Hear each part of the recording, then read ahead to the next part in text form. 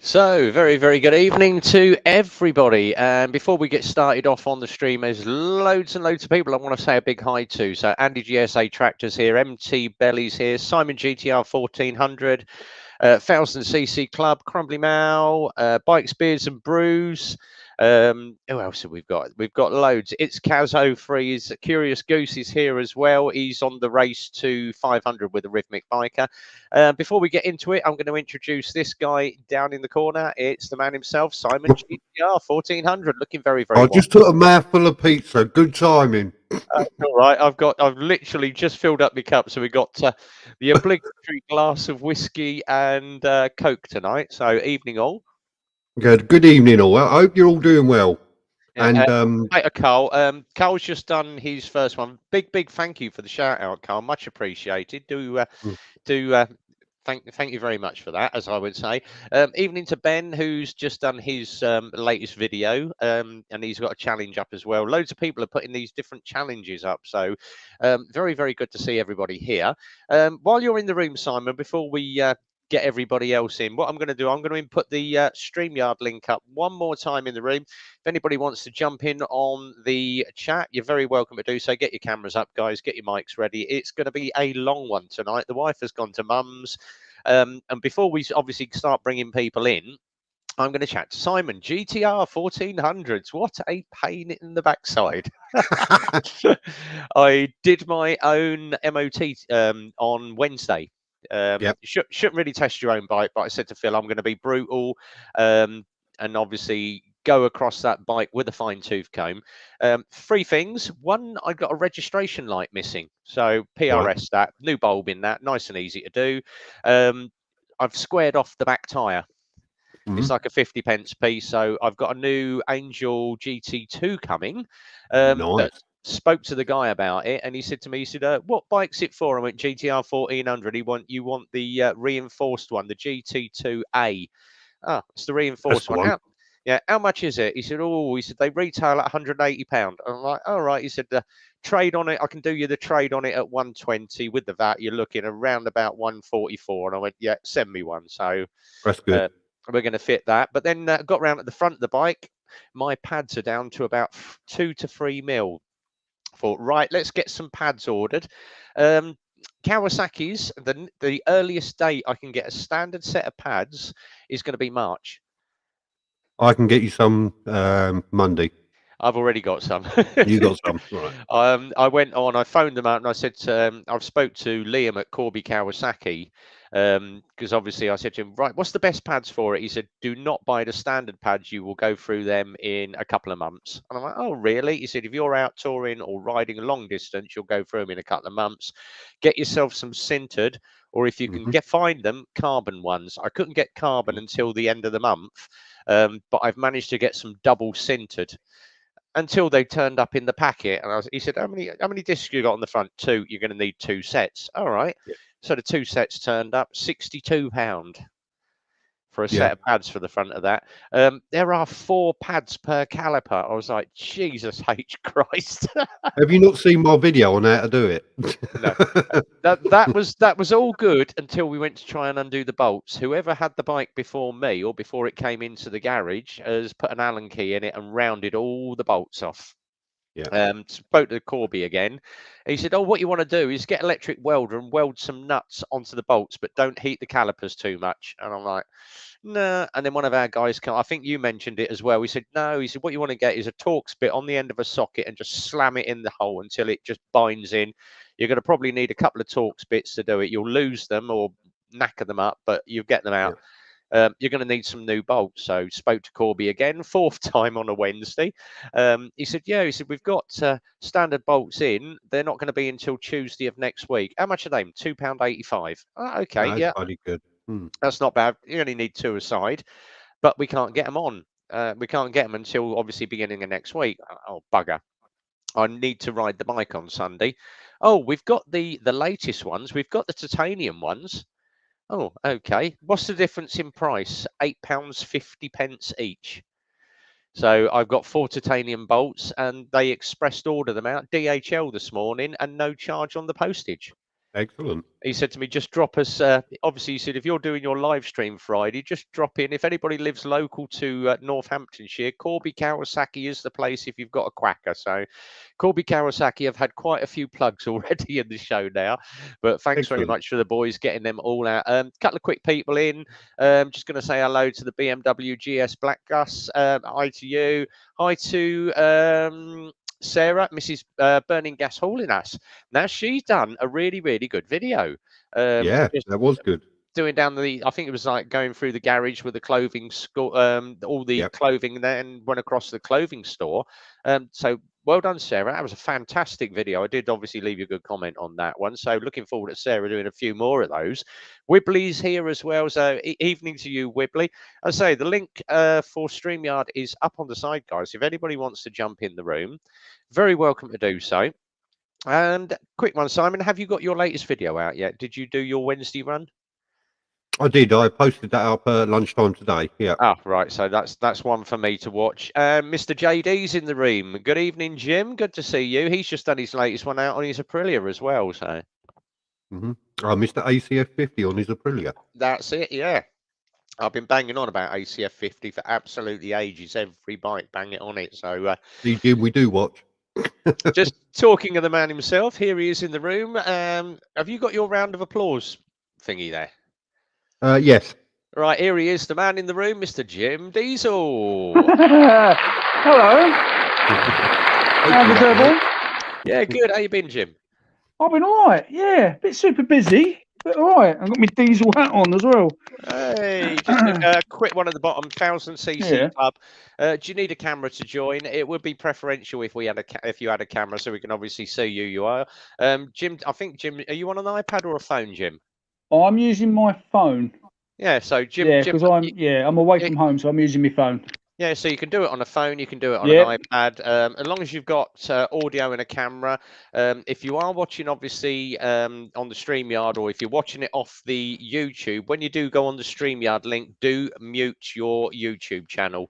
So if you're watching on YouTube, just click the sound off, otherwise we tend to get a feedback loop running. I had a couple of quick ones. So, Andy GSA Tractor sent me one on I think it was the WhatsApp saying this photo's been. I'm like, yeah, I've seen that one before.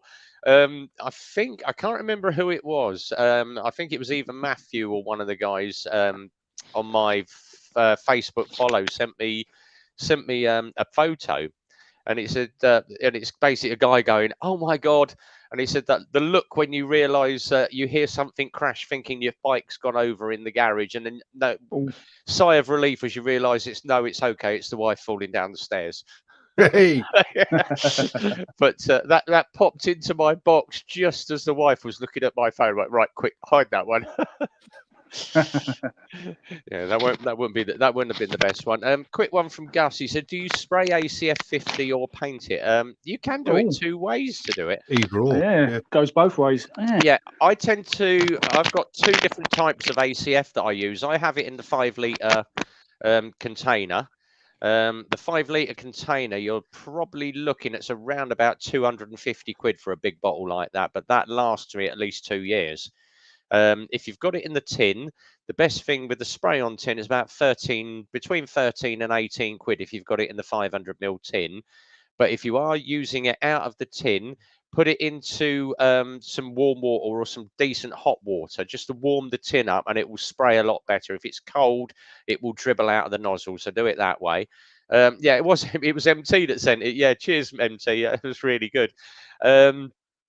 But if you're putting ACF 50 on, there is two ways to do it. I tend to warm it up. So I tend to put it in a little, you'd say like a drink cup, like a plastic drink cup. Pour some in a plastic drink. Drop it in some hot water or some boiling hot water to get it nice and viscous. And then I tip it into a small plant spray bottle or a perfume spray bottle and spray it onto the bike. So there's that way to do it. If I'm doing panels, what I tend to do is tip some onto like a microfiber cloth. So I've got what I call my ACF 50 cloth. absolutely sodden with ACF 50, wipe it all over the bike, and then just buff it off with a dry cloth. So that is the ways to do ACF 50. But obviously, if you want to get right in on bolts, engine components, then plant spray bottle, or you can use a small sort of spray gun type or an airbrushing gun, but just make sure that your liquid is well warmed up. So that's the easiest way to get ACF 50 onto a bike. And someone said to me, he said, can I put it everywhere on the bike, all over me calipers and everything? Avoid your calipers, avoid your brake pads, and avoid your tires. You've got to remember it is an oil-based product. So if you get it anywhere near them, you're going to have hell to pay. Yeah, I find WD-40, put it on your discs and put it it's all over my tyres. It's brilliant. Yeah, it's great stuff. It's it's like the one that we had the other day. This guy said, I said to him, Christ Almighty, I said, how often are you lubing your chain? And he went, well, I think about every 4 days to a week. And I went, yeah, you're over lubing it. And he went, why is that? I said, because it's all up the back mud guard.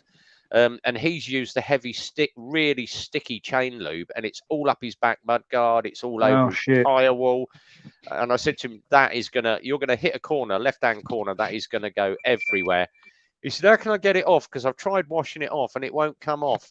Brake cleaner. Yeah, brake cleaner. That's the only thing that does, yeah. Brake cleaner will get it straight up. So yeah. Welcome, Gus. So yeah, make sure what we do at any new bike that we sell, it tends to have first ride in for a wash, coat of ACF 50. Then it will have the final test ride, and I will basically do it all over again. So that bike has 2 coats of ACF 50 before it goes out. If you are washing your bike, and we tend to foam ours, so we use a foam detergent, spray the bike so it's pure white, then jet wash it off. Any hard to sticky places, little wash mitt, one of these furry wash mitts on your hand, just to get in the hard accessible places. But you will find if you are jet washing your bike or you're using any kind of cleaning treatment, that will start to strip the ACF 50 off your bike. So if you are cleaning it, get back over it with some ACF 50. And that will always work a treat. So yeah, and quick one from Ben, don't forget to armor all your seats and grips. Very, very true. Yeah, don't put ACF 50 on your seat because you will slide all over the place. Yeah, that could be fun. Yeah, I get emotional. Exactly. Yeah, emotional. Absolutely. Yeah. Quick one. Exeter's in the room. There we go. The man, if you want to learn how to put ACF 50 on, go and watch Exeter Rider's video of how to put ACF 50 on a bike, because he's got a very, very good video how to apply ACF 50 to a bike. So HVLP sprayer, that's the best thing to do. That was on one of his videos for 5 things to buy a biker for Christmas or something. It was a ACF 50 sprayer. Yeah, and it warms it as it comes out. Exactly. So yeah, you've got to get your ACF 50 nice and warm, otherwise it will just run. It literally runs like goo if it's cold. But the one to speak to is obviously Exeter Rider, because he knows a lot about ACF 50. So go and check out his channel. If you don't follow Exeter Rider, go and jump on his channel and get some tips off of him. All the guys, you'll find most of the guys in, this BMW gas. My motorbikes are shaft driven, so I have no experience with chain lube. Exactly. Yeah, best thing. Same with the GPRs. His shaft, is he? No, you can't beat a shaft drive bike. And I think it was last Sunday, they did the I think it was Brap that did it, the Chilly Willy fun run. No, they didn't do the Chilly Willy fun run. They went to Tur Western. That's it, the Tur Western airfield. Yeah, there was another one out that did the Chilly Willy ride. Yeah. I think it was 600 bikes. They did have a few bikes go down. Yep. That was just due to the cold weather. What happened? It was about 2 degrees, but then all of a sudden we had a very fine sort of drizzly, sort of slow dropping rain. It was literally like riding in fog, but it hit this roundabout, and the fog and the wet it iced the roundabout. Everyone so a few of them that went all over that roundabout ended up sort of either sliding everywhere, going up the banks, or laying their bikes down and having fun that way. So they had a little bit of fun on that. I did super sausage like I normally do. I think I was there for all of about 25-30 minutes. I'm normally there for a couple of hours, but it was so cold and bitter that day, and it was just starting to close in that a lot of us just said, sod it, we turned around and came back. So had a little bit of fun. Rivbic Biker, I think, was there about 2 hours after me, because he turned up with Uncle Red, but obviously I missed the boys. And New Biker turned up first time at Super Sausage for New Biker. So, yeah, Noob was there as well. So hopefully he'll be back up Super Sausage on a Sunday soon. But I did manage to get to the bottom of the A5 at Stony and actually open up the GTR for once in my life. So I actually got it. I actually got it up to 3 figures there, Simon. Ooh. Yeah. And wow. 69.9 mile an hour. No, I did try to open it up, and I did it just the once, just to see what it'd do, and it frightened the bloody life out of me. You big gaylord. Yeah.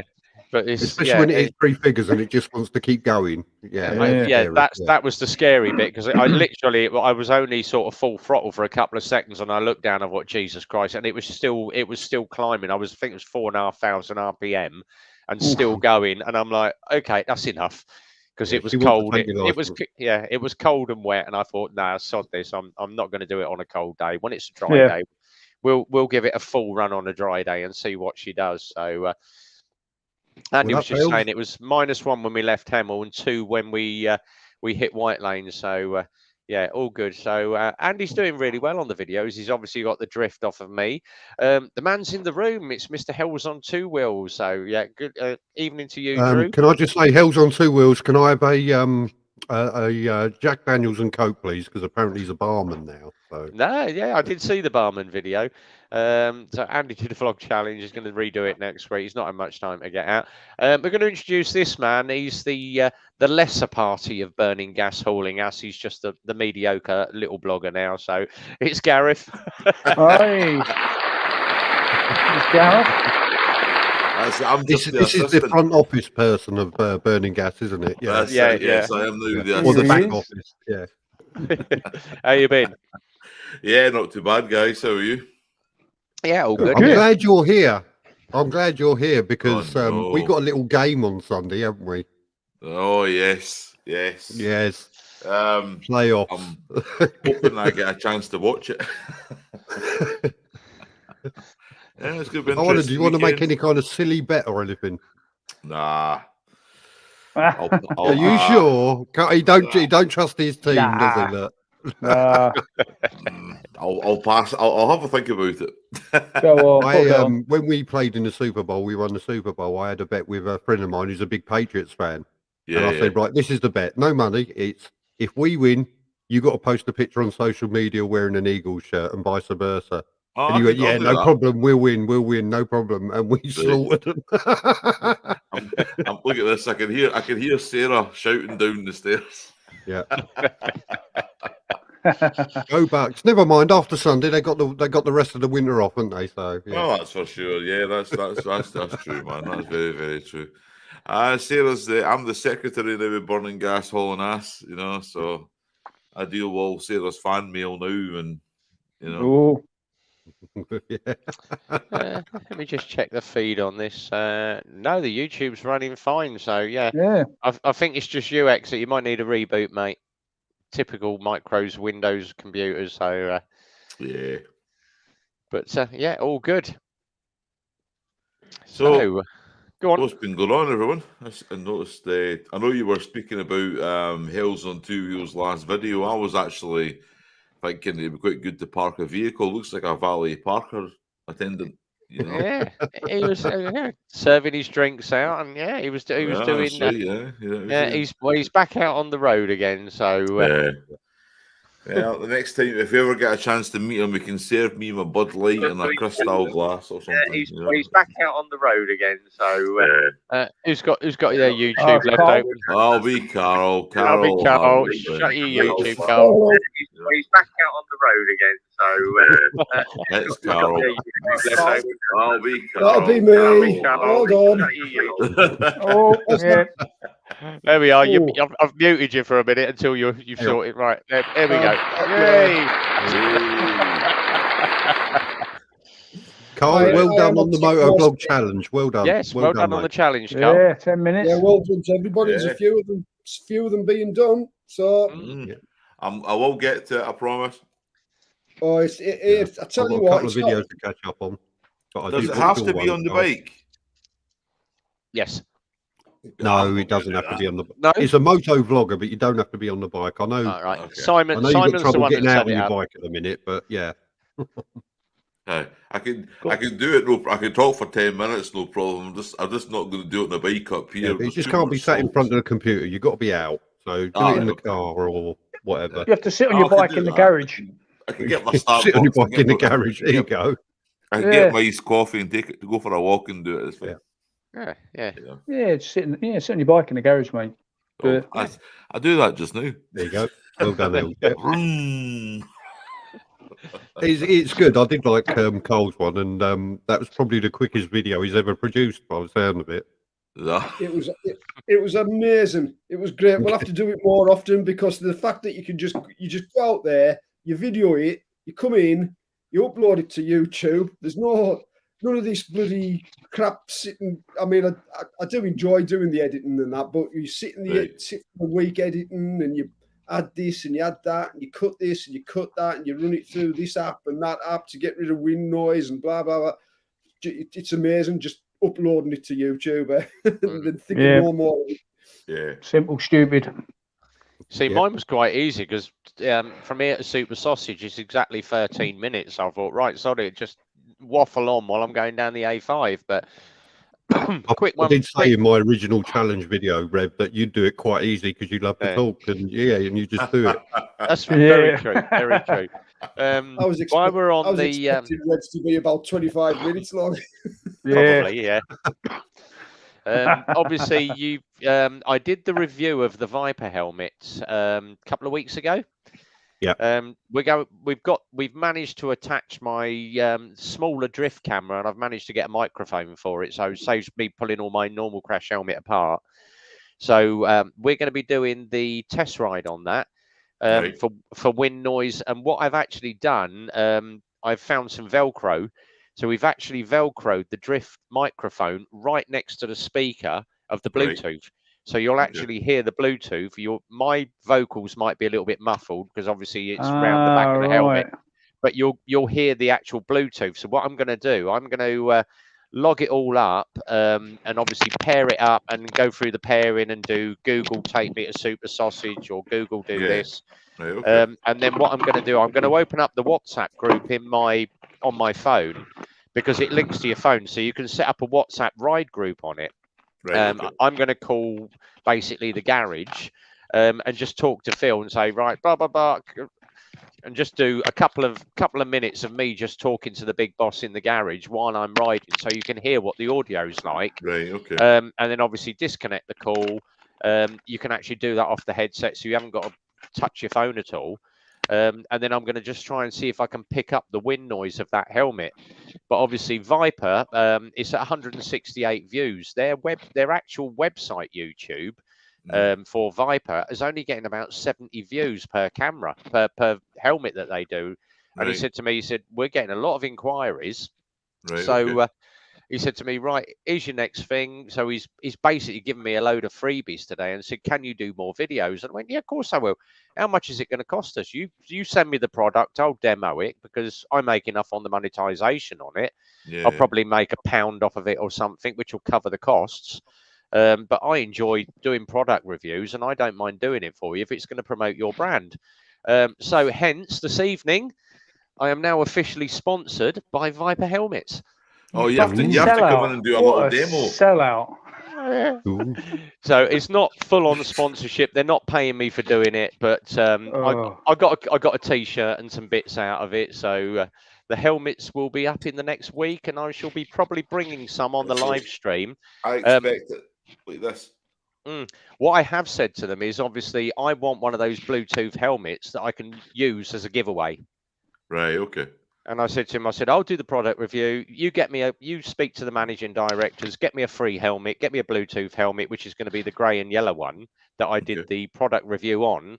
I will put it on my channel and we will do the same thing as we did last time and just basically go through every single comment that we've had and get the missus to pick a person, because she obviously doesn't know anybody.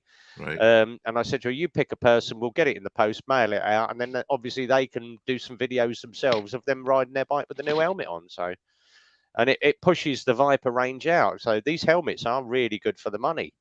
Right. You're So going to get us all free helmets. Yeah. I won't get everybody a a free helmet. Everybody gets a free helmet. Come on, oh, we're going to get a free helmet. Is that what you're saying? We can all do a review. We can all do a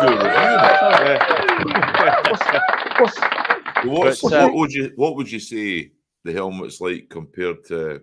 Let's just use a shoey.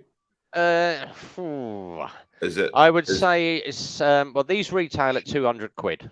Right. Okay. Right. So all singing, all dancing, included with the Bluetooth. It's all built into the helmet. One touch, push button, one button activate, one button to log it. So you're not fiddling around for volume controls. It's got a rotary volume on the side. Very, very simple and basic, but it's actually a damn good helmet. It's comfortable. It's, I've had a go on it, and it's about the same wind noise that I would get off my 400 quid LS2. Right. Okay. Yeah. What's the warranty on it?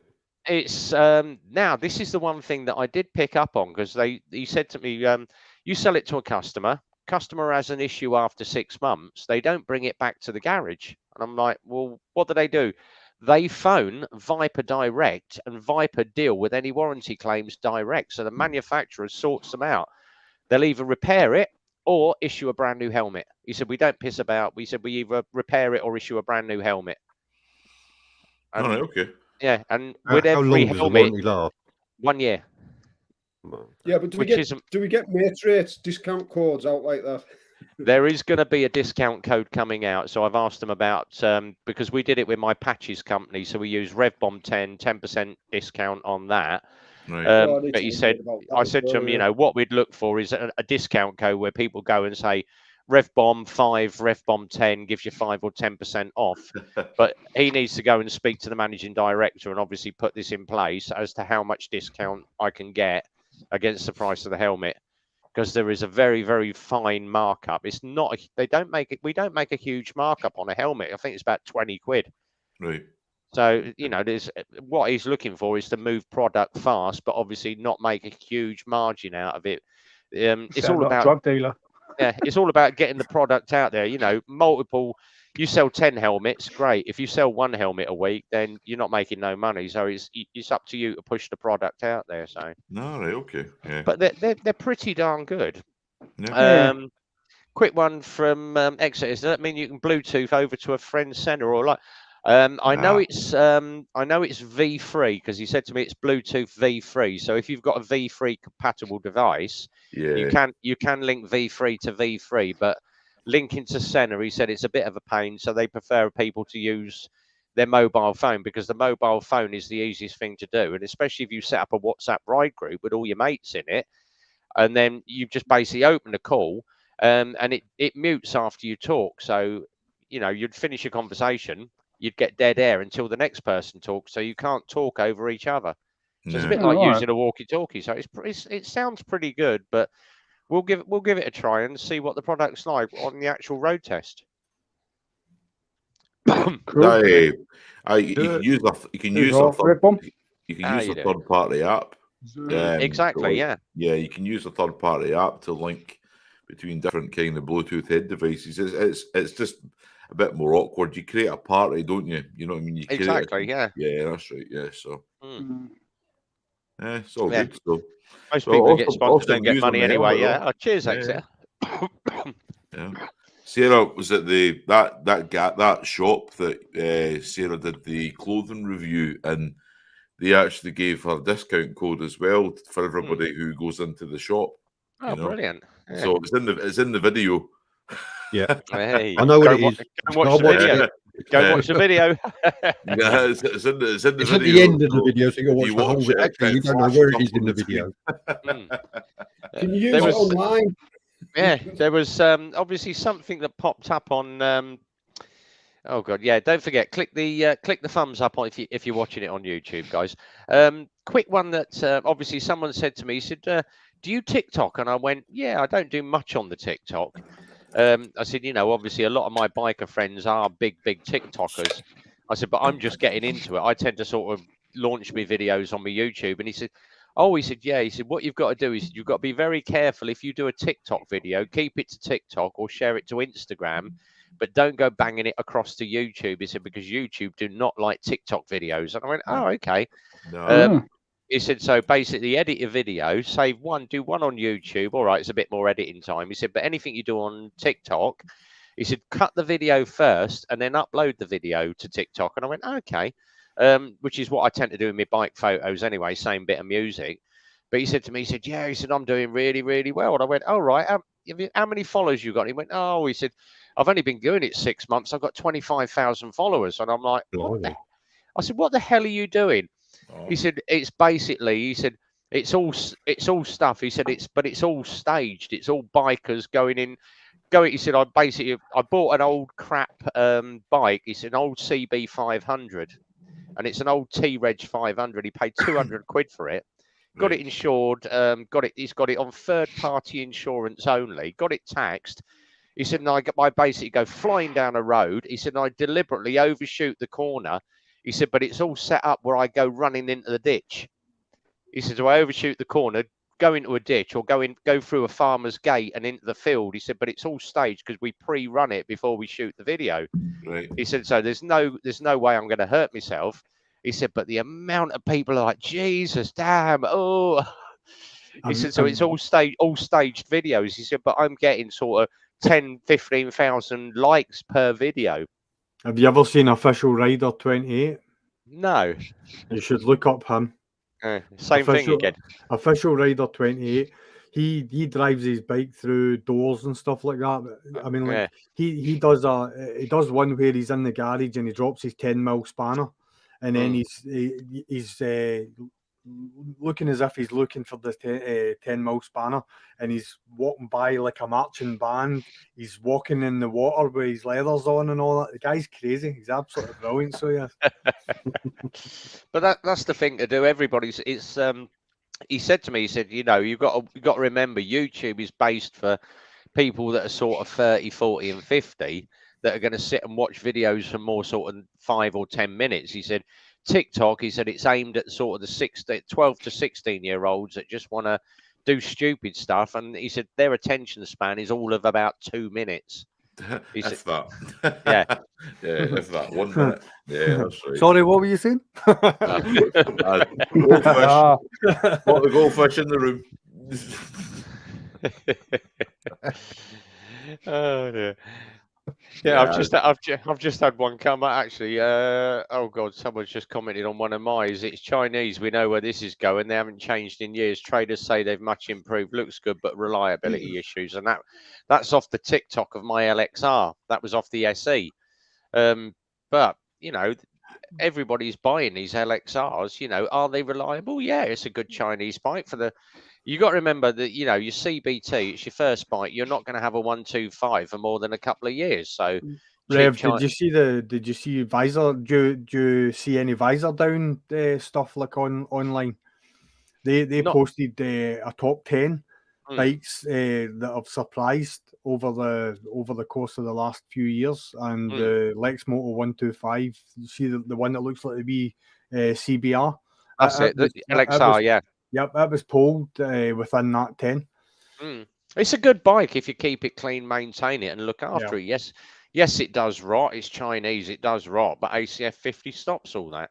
Yeah. The thing about it is the build quality is getting better and better because it is getting better. Yeah, because they've realised how much of a sort of footprint they're getting on the market.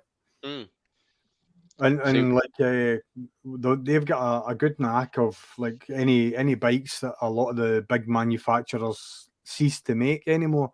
They buy the rights to it. So exactly. That's what they did with the CB125. When that went, I think it was Lifan that brought it out. That's it. Yeah.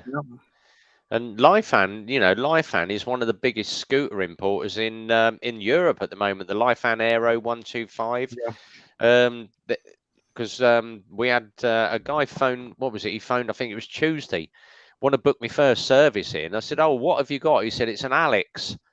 And I went, how do you spell it? And he went ALEX, and I went, all right. So what's the name of the bike?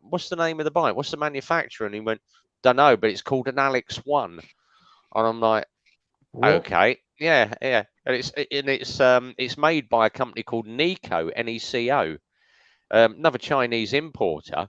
But when you actually bring it in, it is exactly the same as the Peugeot Satalis.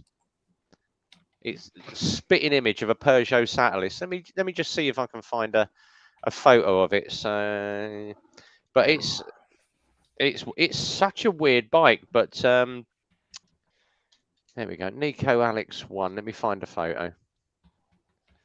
There it is. Right, let's share the screen up on this. So share screen. Nico Alex 1. So this is the Nico Alex 1, and it's not a bad looking bike. Very, very similar to sort of the Lex Moto Chieftain or the Pegasus that they brought out. Yeah. So it's basically exactly the same bike. Honking. Yeah. it's not a bad 125, but he's using it for Uber anyway. Yeah. So yeah. Yeah, he rides in the dark, yeah. Yeah. But the one thing that got me, he said, while it's in for its service, can you look at the back tire? It keeps going down. And I went, okay. He said, yeah, had a puncture, but we sorted it. But yeah, we got the bike in, had a look at the rear tire, and I went, what did you do with the rear tire? We bought a plug kit. I'm like, yeah. How did you fit the plug kit? And he went, well, we just pushed it in and pulled it out. So what he's done, he's actually reamed out the hole with the plug kit. That's what she said. Put the plug in. He's pushed the plug into the tire and obviously retracted the tool, but he's left the tail sticking out in the tire. So that as the wheels going round, these tire.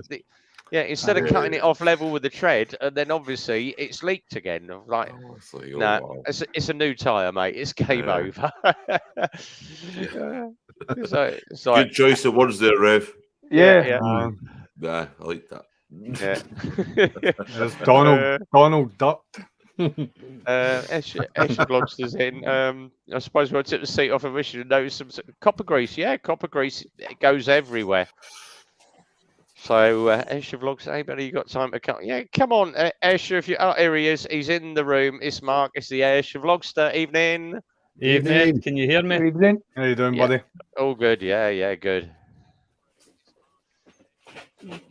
I'm digging that flag, Mark. Hey. How you been? How you been, Mark? All good? Aye, everything's all good today. Yeah. Where's Lockwood tonight? Because I noticed he was out on his bike this week. You'll probably be cleaning it. It was bogging. Did you see the pictures on Instagram? Yeah, we saw it all. There was one of the guys, and he said to me, he said, because he comes in the garage quite a lot. He's got Asperger's, ADHD, you name it. He's got it, depression, blah blah blah. And he said to me, he said, that guy with the red bike, and I went, yeah. He went, have you got a man crush on him or something? And I went, no. Why is that? He said, because you're always going on about this Lockwood guy. And I went, probably because he's probably got one of the best bikes in the room. I said, but you, I said, yeah, go. Oh dear. Yeah, go and watch Lockwood's video of him, and I gave him the link for the video, and then he texted me the next day, and he said, is he riding it or is it part of him? And I went, it's part of him. That's why you watch that certain video. That he literally owns that bike. Most people ride a bike and stay attached to it and hope for the best, but this guy, Lockwood, literally makes it an extension of his body when he rides that bike. And that is the one thing I said to him. You've got you do to love watch. him, don't you? Yeah, I do like his riding style. But if you watch Jim on his Aprilia, how he filters through that traffic, that is something I would not attempt in a million years. And obviously Jim's got his filtering down to a fine art. Like Gareth, Gareth will go out and ride his V-Rod. You stick me on a V-Rod, I'd probably bin it in the first corner. So everybody has a different style of riding. So it's just something that's like, I'm not a big lover of MotoGP because everyone's like, "Oh, do you watch the MotoGP?" No, I'd rather go to a decent motocross meet and watch the guys flying around on motocross bikes. Yeah, speedway for me. Yeah, speedway, a good speedway match, and the smell of that methanol running. That's brilliant, man.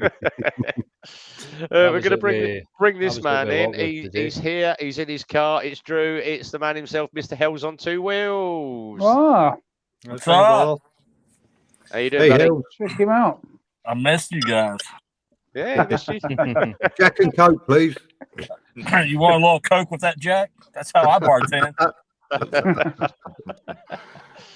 How was the wedding? Well, we actually did the wedding a while back. The problem I have is while I was sick, the missus broke my laptop. So while I'm on the road, I can't do any more editing or anything. So I had to go back in my archives and grab videos that was in archives and put it up. All right. So that's It why looks like you got everybody toasted anyway. that's why you should always keep a few videos in the archives. Exactly. Yeah, you're looking very dapper in that suit. Yeah, you know. I also That's a part-time- suit you wear to a bail bond. Well, also part-time as a Chippendales dancer and a valet. So whatever you guys need, I'll be there. So it's got Velcro attached to it then. But so the old Harley Reveal is coming out in a couple weeks. Yeah. Good. And Well done, isn't it?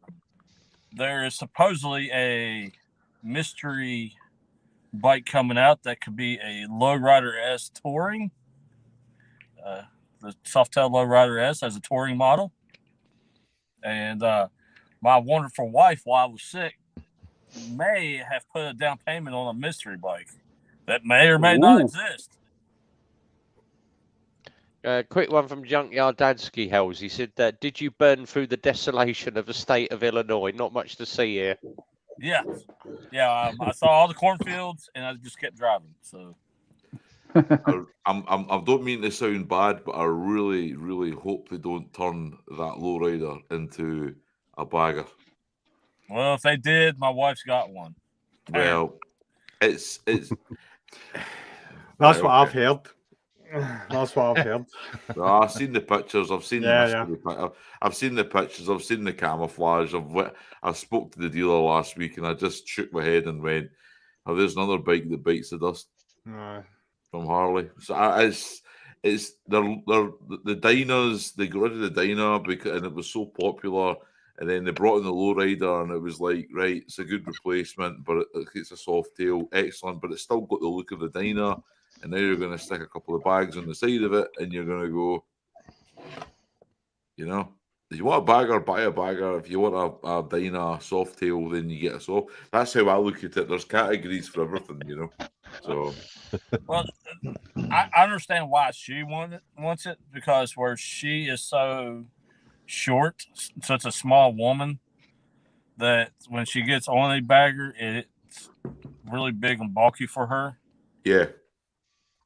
So, I mean, I understand where she's coming from. That's why I was having to look at like a Road King or something like that. Yeah. No, I understand that. Yeah. But then while I was sick and not paying attention, she put a down payment on a bike that may or may not exist. Who does that? The man's Bring in the in room. the Bronx. Stevie's here. Bring in the Bronx. Oh Lord, not that bike. Oh, that Bronx is cracking. I wish they brought that out. I've seen that. I seen the prototype in the flesh 2 years ago, and that's a nice looking bike. That's a nice looking bike. So yeah, don't get sick and leave your wife with a credit card. No. See, the thing about it is, and I think this goes right across all the bike genres here, and that's how many prototypes have you seen that? Why did they never ever bring it out exactly the way it looked as a prototype? I know cost comes into it, but come on, spend all that time getting the prototype the way it is, and it gets a reaction it gets at a bike show, and then when it comes to market, it's so far removed from what it was. Well, if you pay attention to Harley, if they do that, they don't totally get rid of the bike, they'll take aspects of what they prototyped and try to fit it on Yeah. current models. Like use different parts and put it on current models. Where is it? I'm just trying to find something. So my missus said to me, because she knows that I'm into certain bikes at the moment, and she went, "Oh, I've gone and yeah." I was like, "Yeah, as if." VFR, VFR. No. I thought he was going to say exercise bike. Good. Sorry. No, she found something. 5 minutes. No, she found something the other day for me. She went, I've been on your eBay and I've stuck it in your watch list. And I'm like, oh, she went, it's quite local. And I went, I can't afford it. So let me just go onto my. Can I answer that question that's been put up there that I can see it's from Yeah. Yeah, go for it. Yes. Is the answer. There is. They're losing the character on the new bikes, I'm afraid. Every time I go into the dealership now and I look at the bikes they've got coming out, I just walk past them most of the time now. I really do. Because they're losing a lot of the character that drew me to the brand in the first place. Yeah. Gareth, you're not fine. Let me put it up. There it is. So that's what the missus found me the other night. And I'm like, oh, I am so tempted, but it's about $8,000 short of what I can afford. Woof. Yeah. It's a Judge Dredd bike, that one, isn't it? Yeah. It's a night rod with a 300 back wheel on it. And I'm like, shit. It is the only Harley that I like. The night rod and the V rod are the only Harleys that I like, but they've got to have that fat back tire on it. Yeah. So that's basically the answer, text at a rider. Yeah, I'm disappointed. I'm disappointed at the fact that the character's being lost. That it's I was down in Manchester a few months ago and I was speaking to one of the guys and he found it quite funny. And he goes to me, what kind of bike do you ride? And I go, well, I've got a street glide special. And he goes, oh, that's a Me Too bike.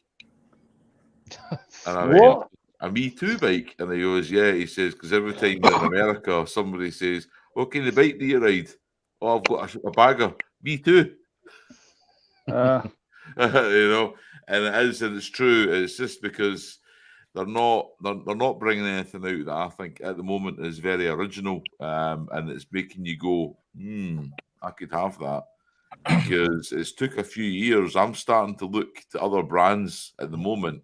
Sarah's Indians definitely took, like, obviously that's a cracking bike, that the Chief. I was in last week looking at the Zero electric bike, and I never thought I'd ever own an electric bike, but I could own that. Very nice. The SRF is better than the DSR. Yeah, but Harley, I'd still buy an older Harley. Anything up before M8, no problem. But now they're just all starting to look the same now. Gareth, what kind of feeling do you get from the dealerships when you're speaking to them? Are they getting frustrated with the way Harley are going as well? Because it's obviously at the end of the day, it's them that are having the hard sell to try and sell it to guys like yourself. They're coming in, they're telling me like the bikes and stuff, and they're saying, what do you think of this and what do you think of that? And I'm like going, right, okay, but money talks. How much is it? And you're talking like a brand new bike, £27,000. Yeah. Way. I'm like, I said, I bought my bike second hand, and I'm going, £27,000. It says, who's walking in the street buying bikes for £27,000? That's why the used market up here is so hot right now. Yeah, that's right. They want my bike, but they're not willing to give me the money that I want for my bike, though. Nah. You know? But they're willing to sell your bike for the money you want for your bike. Yeah. But they'll sell my bike for more because everybody wants my bike more than the new bikes. Yeah. Because I've kept the old Harleys. There we go. So, quick question from Andy: what do you think of the 1250 Adventure bike Harley did? That they've obviously, that's a whole different genre from Harley Davidson. So it's not like a cruiser, is it? It's I'm into the cruiser side. So Yeah. For an adventure bike, I think it will start blowing BMW and all that out of the water. I think that's what's going to happen eventually. They've got the money to put into the technology, haven't they? Harley Davidson have got a lot, probably more disposable cash than a lot of brands. But as far as like from that point of view, I do think the adventure bike's a good investment for them. Yeah. Over here, that Pan America has been a hot bike. Like they can't keep them in stock. People's been buying. No. But that's because it's something different. Everybody wants to go try and do an adventure rider now. Every YouTuber in America now wants to be an EDV rider. Yeah. Can always take it down the beach and bog it down, and that's only if you're a millionaire. Exactly. Yeah. Millionaire bogan. Yeah. What did you think of that new? So for you, Hells and Gareth, what did you think of the new Sportster then? Because that's got that engine, that same engine in it, isn't it? Just tuned differently. Yeah. Different torque curves to it. Yeah. I haven't. Sarah's ridden it. I haven't ridden it. Yeah. And when I sat in it, the first thing I said to myself is, "This is like my night rod, but the junior version." Yeah. That's the first thing I sat in it and I went, "Wow!" It's got the little, like the oversized tires, the forward controls, the drag bars, all that. The same hunch over the tank, and I went, "It's like sitting on my night rod, but just a little bit shorter." I see them using that motor and phasing out 883 and 1200 and just having a Sportster line using that motor. Yeah, but you're going to phase out your generations and new bikers coming in. How many? I don't know what it's like there, but you've got the younger guys here in the UK who are passing their tests, doing CBTs, going through the 125, and they see Sons Anarchy and they go, "I want to go buy a Harley." How are they going to spend £15,000 on a Sportster? No, that ain't happening. I mean, it's never going to happen. No. This is America. We don't do anything logically, okay? Well, I know that, but you still have the older bikes, but the older bikes eventually will be phased out. The newer ones will be the ones that will replace. But at 15 grand now, there's not many of them. There's still 3 or 4 of them in the dealership here in Glasgow. I thought they'd all been sold by now. They're still sitting there. Oh, so they just have to buy a used one. Yeah. Well, if they're not selling, they'll never be used. Do you think Harley are missing a trick then by not having like an entry level bike, maybe slightly smaller capacity? I know that doesn't sort of run. Remember the 500 and the 750? Aye, and then they discontinued them. Yeah, but they tend to do that though. I mean, like that from what I've seen over the last few years. They don't seem to stomach bikes for very long. They don't stick with them. Good point from Stevie there. Yeah, that's why they can't stop the engine from blowing up. Yeah. But how to price it's almost like they want to go back to that era. Remember the era then it was like everybody who rode a Harley was either a doctor or a lawyer or something because they could only ones that could afford it. We're going back that direction again. We're going the wrong way. Yeah. You know, it's like no, you need to make these bikes more formal, more affordable. You know. Yeah. Good point from Andy. He said maybe Harley should do a 125. Oh yeah. Bust into the 125 market. Start it up for what's better than you're pulling up on your 125 and someone says, "What you got?" "Oh, I've got a Honda, I've got a Yamaha, I've got a Suzuki." You pull up on a cruiser and you go, "What's that? Is that a Lex Moto?" "No, it's a Harley, mate. It's a full-blood 125 Harley." No, but see the thing about it is that's not as silly as it sounds because I mean, like you could have like a Harley, like a chopper frame, Harley based engine, obviously smaller, but looks everything that you would get on a Harley. You think of the Suzuki Van. The Suzuki Van was a great sort of bike, an intermediate bike between a 125 and a 500cc because it had the bigger wheels and whatever and the bigger frame, and it gave you the feeling of being on a bigger bike but had the smaller capacity engine. Because like when I did my direct access course, we used that as an intermediate bike, transitioning from one to the other. So I mean, that's a good point. Yeah. You see, actually hit. Did a bike called the Vegas. Let me see if I can find it. Here we go. Bring that up. So United Motors. Now these were built in China, Asia. They were shipped to Florida and put together. So they shipped all the machine parts to Florida, put the bike together in Florida, and it was branded made in the USA. And then sold to the UK market. Now these things were the biggest selling bike that we did 2 years ago. We sold 60, 70 a year of these via Lexmoto. The UM range, but they did one that was called the UM Sport, and it was exactly the same as the the Sportster. I think it was like it had a round old-fashioned headlight, 60s headlight on it. But they launched that bike out, and they sold loads of them. And people said, oh God, is it like a Harley copy? No, it's a Chinese bike, but it looks like a Harley. But it's a cruiser. They did a bobber version. They did a Springer version of it, and bounced it all out. But then they turned around Lexmoto and said, we're not making enough margin on the bikes. The bike price is going up £1,000. Well, then you're competing in the Yamaha, Suzuki, Honda market. And they said, at the margin that we make on a bike, you can't push it out at that. So Lexmoto dropped the brand. It's now been picked up by another company that are direct importing them. And is back in the UK. And these bikes are selling like the hotcakes. We cannot get them for love or money.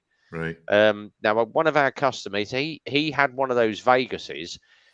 He also had the Commando. So he phoned us up and said, I've got a couple of bikes I want to sell. Are you interested in buying the bikes back? And I went, yeah, of course I am.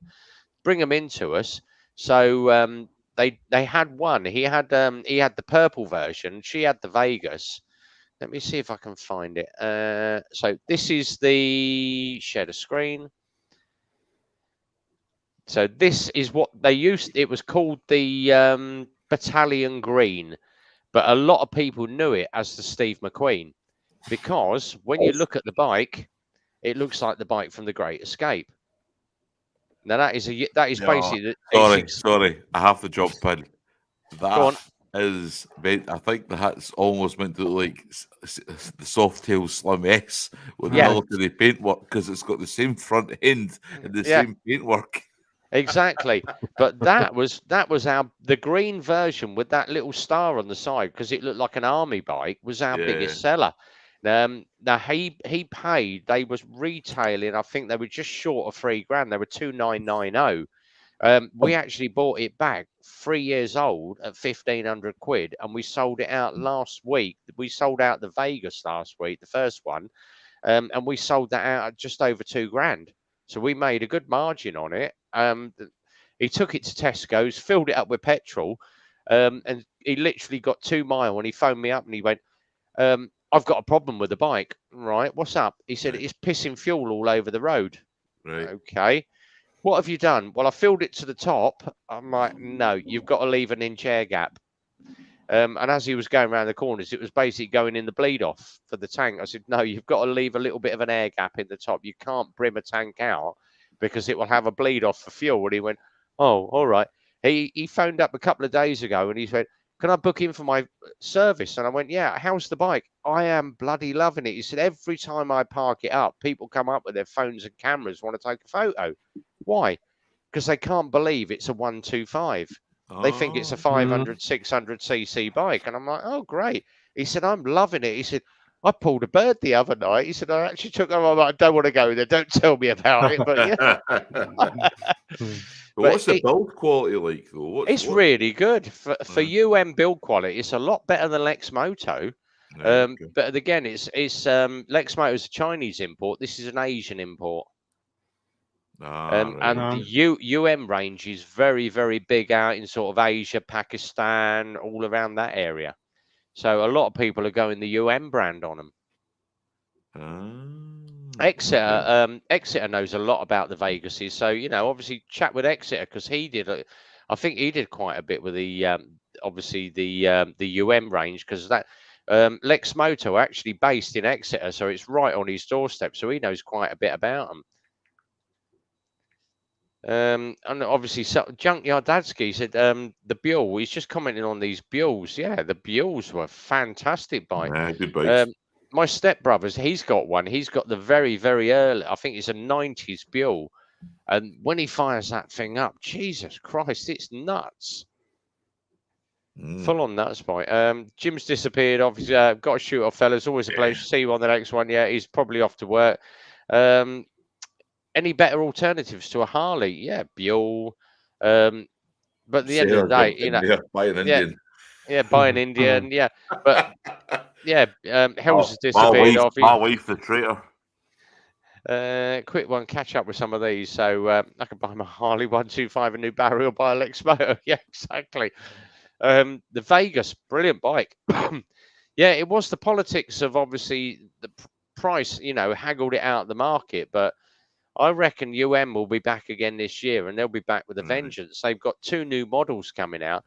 The only thing I didn't like was they launched the new Commando, and they've done, excuse me, it's very similar to, if you remember, sort of the Harley Springers, where they had the seat that that was on springs.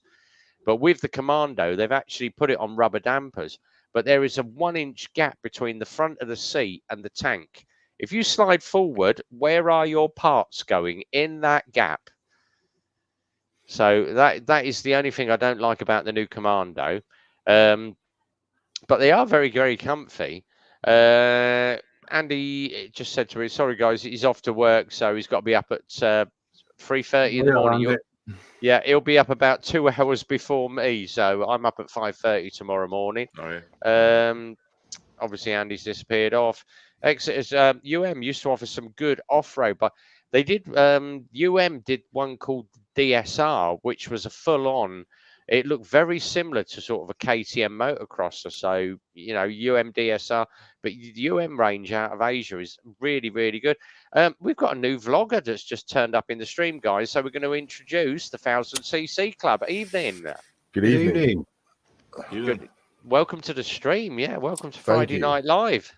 And not so much a vlogger myself. I do kind of watch everyone here, I think, on YouTube. I've kind of got introduced. No, yeah, my father is the Boo rider. There we go. Yeah, we know Boo. Yeah, kind of introduced me to you guys, told me to kind of head over here. This isn't actually my channel. This is our club's channel, but I thought I'm going to represent. Might as well join this. So this is where I am. Why not? Yeah, definitely. Yeah. So I'm learning here. All of these new makes you guys are talking about, I've never really heard of them. So I've never really heard of imports. I kind of only hear of official brands. Yeah. But no, I mean, I'm just prepared to learn, I guess. To be honest, mate, I was exactly the same until I met Rev Bomb. Half of these brands, I just kind of went, they're what now? Where did they come from? Exeter's just popped up, and another one, the Hyosung Aquila. Oh God, the G. Let me just bring. I have got to show you this, Gareth, because this. Please don't tell me it looks like a Harley. It was called the GV650. Now, this thing, I actually did the final ride test on this. It was absolutely hammering it down with rain. It came into our showroom, and I took one look at it, and I went, "How much is this bike?" And he went, "It's just under $5,000." And I went, "You are taking the PISS." And he showed me the bike, and I went, holy crap. You'll see what I mean when I put this up, what it actually looks like. Now, the story behind it, before I put the picture up, Hyosung launched the bike. Right. Harley Davidson. So I've got bloody Deadpool in the room. Hyosung brought the bike out. Harley Davidson took Hyosung to court in America. Oh, why doesn't that surprise me? Right. So, yeah, big public tribunal in America, and the senior, I think they call him a CEO from Hyosung, turned up, Asian market or Korean market, and he turned up in court in America with the managing director of Harley America, and he said, "You have copied our bike." "No, we haven't." yep. And they brought up the picture of the Hyosung. They brought up a picture of this Harley. And he went, and the judge looked at it and went, well, they look similar. No, they're not. It's an Asian bike. It's an Asian engine. Yes, but the bikes look the same. Yes, they do. But have you copied the bike? No, we changed the fork angle by 4 degrees. Nice. And Hyosung got away with it, and it got kicked out of court in America. And you'd think the judge would have backed Harley Davidson up. Wow. He kicked it out of court. This is the bike. So have a look at this, and you tell me what maybe it the looks judge like. couldn't afford the new bike. Yeah. There you tell me what that looks like. Oh my god. That is the Hyosung GV650. So it was known as the Aquila. They did a 125 version of it. They did the GV125. They did GV250. And this is the 650 version. I did the black one 2 years ago. And my channel went absolutely nuts because I was riding that bike in the wet. Wow. And everybody said to me, it looks just like the V-Rod. And I went, no comment. I am not allowed to mention V-Rod in the video. But it sold for, I think it was about $4,995 for the 650 version. And it was a no-brainer. It was absolutely no-brainer. But they do it all the time. Have you seen all the cars? And they're just like a blatant rip-off, like the Mini and all sorts. You've seen the Range Rovers and stuff like that. Yeah, like, you know exactly what it is and what market they're trying to hit. What? I think they just accept the lawsuits as well. They they go for it. Yeah, Exeter, they make a 300cc version now. So GV125 it used to be GV250, so now it's 300. So, yeah, as I say, Exeter knows, because obviously he's right on Lex Moto's doorstep, so he tends to know a lot of it quicker than I do. We've got, we did the MCM live. I'm just going to bring these guys back in. Cole's back, and Stevie's back as well. He's in his truck. He's moose hunting. No trance tonight, Stevie, because you'll get me demonetized. None of that shit tonight, boys. Sorry. He looks like the punkster. He does, doesn't he? He's got the punkster going. Fucking hell. Better take them off then. Quick one from Zahir. Do you think Brexit has disrupted the bike market in the UK? Not as much as COVID has. Yeah. Not as much as COVID has. Yeah, exactly. Yeah, it's like. There we No go. swearing on Rev's channel. No. Hang on. I can get round that because I can do this. So let me get my banners up. So there we go. Yeah. Get the disclaimer up. Fuck everybody else. So. Hey, I should get one of them going at the bottom of my live streams. No one will take a blind bit of notice, but hey. Yeah, exactly. Especially if I'm on the bucket. Yeah, exactly. Here we go. Sarah's answering in the background. More the pandemic. Yeah, hard to get parts. Therefore, new bikes take longer to come in. I am waiting. If everybody follows my channel, you'll know how many of those little scooters I've done over the last couple of months. The Titans. I had 10 in, and Phil said to me in September, "You will never sell 10 by the end of the year." I did it in 2 months. I'd done it by November. I phoned Lex Moto and said, I need another 20 for this year. And he said to me, you'll be very hard pressed. We can't get the bikes out of China. Your next shipment is going to be March, and you're not going to have no more than 5 because everybody wants those bikes. And I went, I could sell them end over end over end over end. Oh, but we'll send you the 4. He sent me 6 motocrossers called the Assault. So I said to him, I can probably sell them in a week if I get my head into it. But obviously, I have a lot of used bikes coming through at the moment. So we've got Paul Keating's, we've got Mad Old Bikers CBF to sort out for this week. The CBF's all running nicely. That's in my last video. I've got the VFR 800 sitting out the front. We've got a guy interested in that. And then Saturday, I was sitting in the workshop, and this guy walked in. He went, "Oh," he said, "I saw your video. You've got a Blackbird in." And I went, "Yeah, it's not a Blackbird. It's a Blackbird XX. It's the double X version."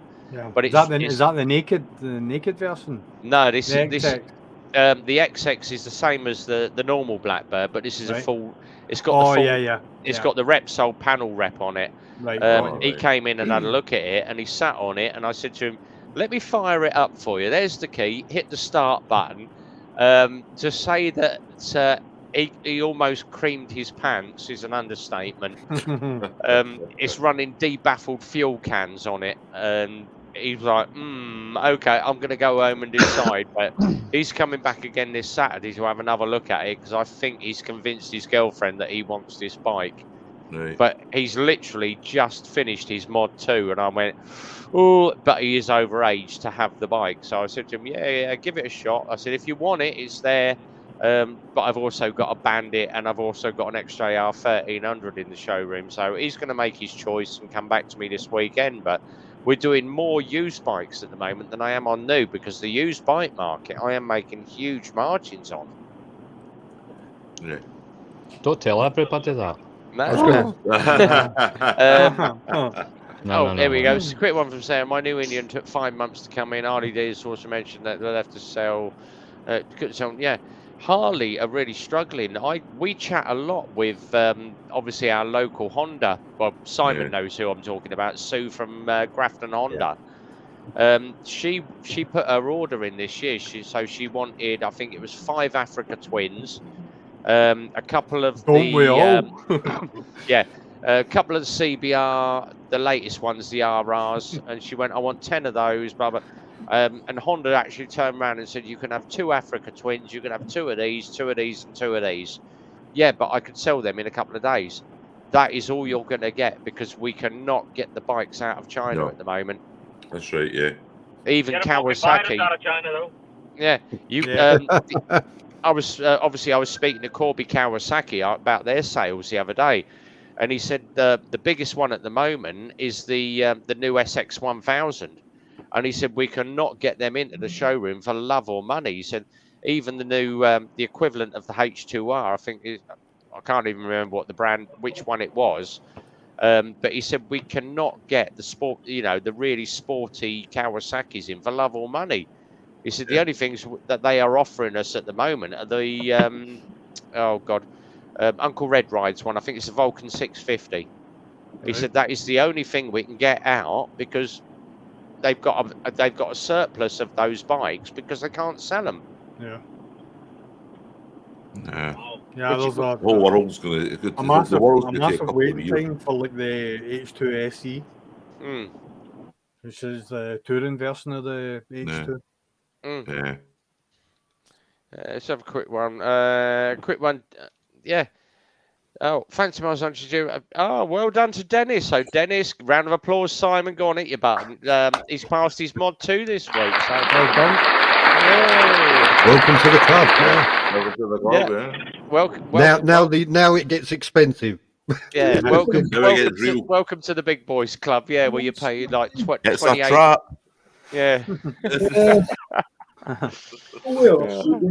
It was. I thought I'd interrupt quickly. I was going to say I did the whole intermediate jumping between to and from bikes. So I started on a YBR 125, then to a 300, then to a 650, and now I'm on a liter bike. And the price difference between all those bikes are just massive. You couldn't even compare them.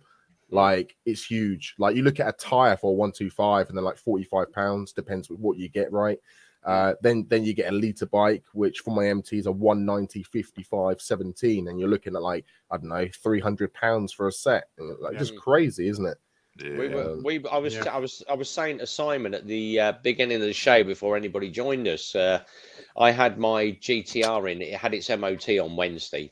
Now I did the MOT on my own bike, and I am very brutal on an MOT.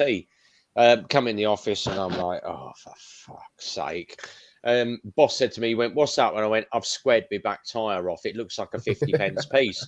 And he went, that's an advise. And I went, no, I have squared my back tyre off.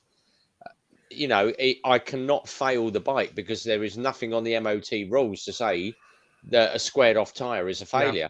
But it's one of those, if I go around a corner, it's not going to corner correctly. No. New tyre on it. I got a deal because obviously we use Birmingham Tyre Store. So I've got a dealer there that I deal with. 180 quid for the back tyre. I got it for 120. So that was the result with the VAT on top, 144. It wasn't until I got round the front end of the bike, my brake pads have gone. Simon never told me. I expected a couple of brake pads each side. No, There are 4 That's in right. that bugger. There's 4. Yeah. But Each side, yeah. Rev, can- like the likes of the ZZR 1400 as well. It's like I'm 2 back tires for every one front Mm. because of I the power spoke that the to- bike's yeah. laying down. You know, it's Yeah, I spoke to yeah, same. Corby. Another plug for Corby Kawasaki. Thanks, guys. I spoke to Corby. I cannot get the standard pads until March. They are out of stock. Can't get them anywhere. Simon said, "Oh, I'll get you a set for Monday." I managed to get onto Larson's that are in Corby in Northamptonshire. He said the only ones we've got in are the carbons, but you're gonna have to wait till next week for the carbons, or I can get you the double sintered and you can have them tomorrow. And I went, all right. Send me 2 sets of double sintered. How much are they? £46 Aye. each. I That's use normal. the That's EBC. cheaper than the original part. These EBC. EBCs. Yeah, that's what these are. Double Yeah. 8 centered pads. I've every bike I've had, I've always put EBC on it. I've got EBC rotors on the front as well. Yeah, so just that's what I've chucked always- in it. So I've got EBC sintered in the front. Yeah. It was great until my technician went to undo the front calipers to find that my Allen bolts are rounded off. So I back on the phone to Corby. Yeah, we've got the bolts in, £2.68 each. Yeah. But you can't have them till next Friday. Okay. Oh crap. He said, but we've got the alternative. You can have the titanium ones, but they're £8 plus the VAT each. Okay, send me a set of those. So I've got titanium bolts in them now. That's in tomorrow. Have its Copper pads grease. done. Get copper grease on them. Oh Yeah, god, plenty of copper in. our technicians copper grease the crap out of No, any car absolutely, that's having because done. Yeah. Mixed metals, they react and it creates like an oxidization and it Oh, seizes I had them the in. same issue. I had to re-tap and drill my headers on my 650. Yeah. What a nightmare. Yeah. Yep. Get the ACF 50 out. And then you're praying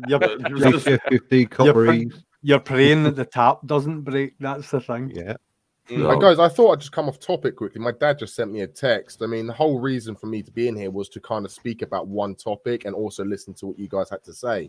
I don't know if I can free will talk. Go for it. It's to do with motorbikes. Yeah, it's an open room. Yeah, bang it out. I mean, I'm not going to bore you with my history or anything like that, but I've had such a great life being 25, still pretty young. Basically, I'm part of the 1000 Club here. Wait one sec, there we go. No. But they never normally do events or anything like that. I know there's so many events, like Chili Willy's was on in Northampton, wasn't it? That's it. On the other weekend for Air Ambulance, was it, or something like that? That's it. Yeah, Northampton Air Ambulance. Now we're looking at doing a mental health charity event. Because we're fully aware that men suffer so badly, I guess, with mental health over women. I don't want to be prejudiced or sexist, in fact, but the numbers are there. I mean, we've seen the numbers; they're not a secret. I've just subbed your channel as well. So 1000cc Club, guys, get on YouTube. 1000cc Club, go and sub the channel. We're our Facebook page. We've got like 23,000 members or something in it. We're not just based in the UK. We're literally global. We're international. I want to say it, international, baby. I mean, it sounds pretty good, doesn't it? But yeah, we're trying to sort out a charity event at the moment for men's mental health.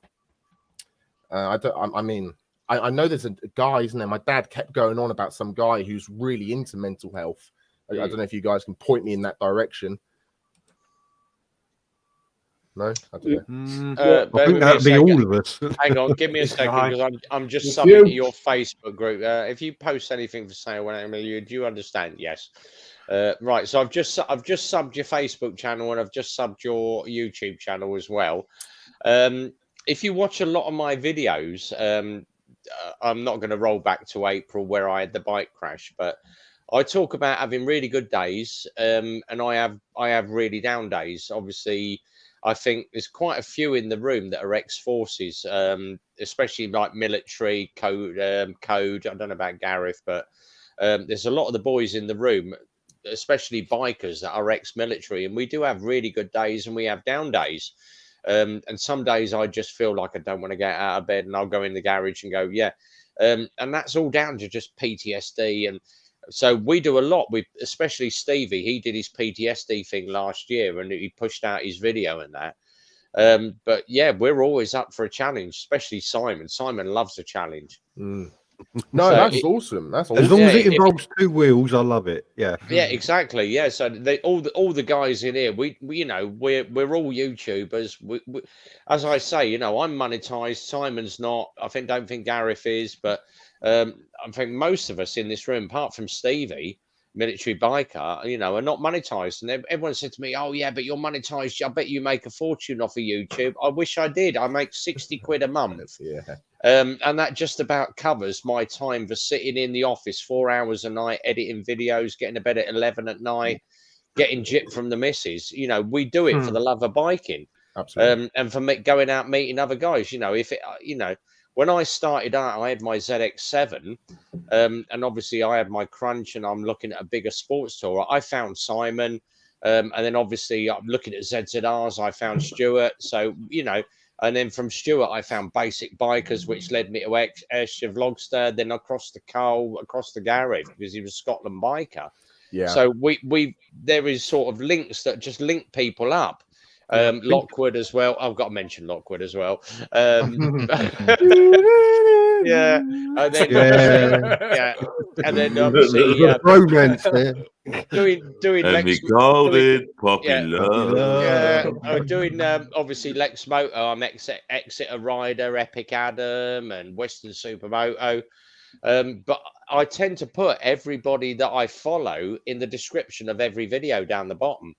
And as people say to me, you know, why are you plugging these guys when you can make so much out of your own channel by not advertising people? And you know, I said to the guy that actually messaged me, I said, you don't understand YouTube. Then I said, we're a big brotherhood. And we're not in it for the money. We're in it for the fact that we are all bikers. We're all on two wheels and we love our job. Absolutely. Yeah. Come to think of it, who you might have been thinking about, the mental health hang on, stuff, might have been Stevie's back. military There he biker. is. He's military biker, did you say? Yeah.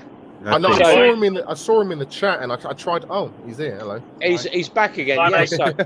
So I was as gonna I say, Yeah, sorry, boys. I'm driving through the Indian res, man. They are like the pikeys of Canada, the tight bastards. yeah, So we were chatting fucking about signal. obviously. Yeah, we were chatting, Stevie, about obviously 1000cc club. They're looking to do a ride, but I said like most of us in this room are all ex-military, and we all suffer down days and good days. You'll know more about it being obviously in the tanks and that, but yeah, you take it away and tell us about it. What do you want to know about what? About PTSD, good days and bad days. Oh, so I know a lot of lads, obviously, that we've been to war zones all across the world, and you know a lot of stuff is. I mean, you guys know, watch my stuff. You'll know, I'm massive on the sort of mental health of the lads and the guys and veterans and stuff like that. So I think it depends.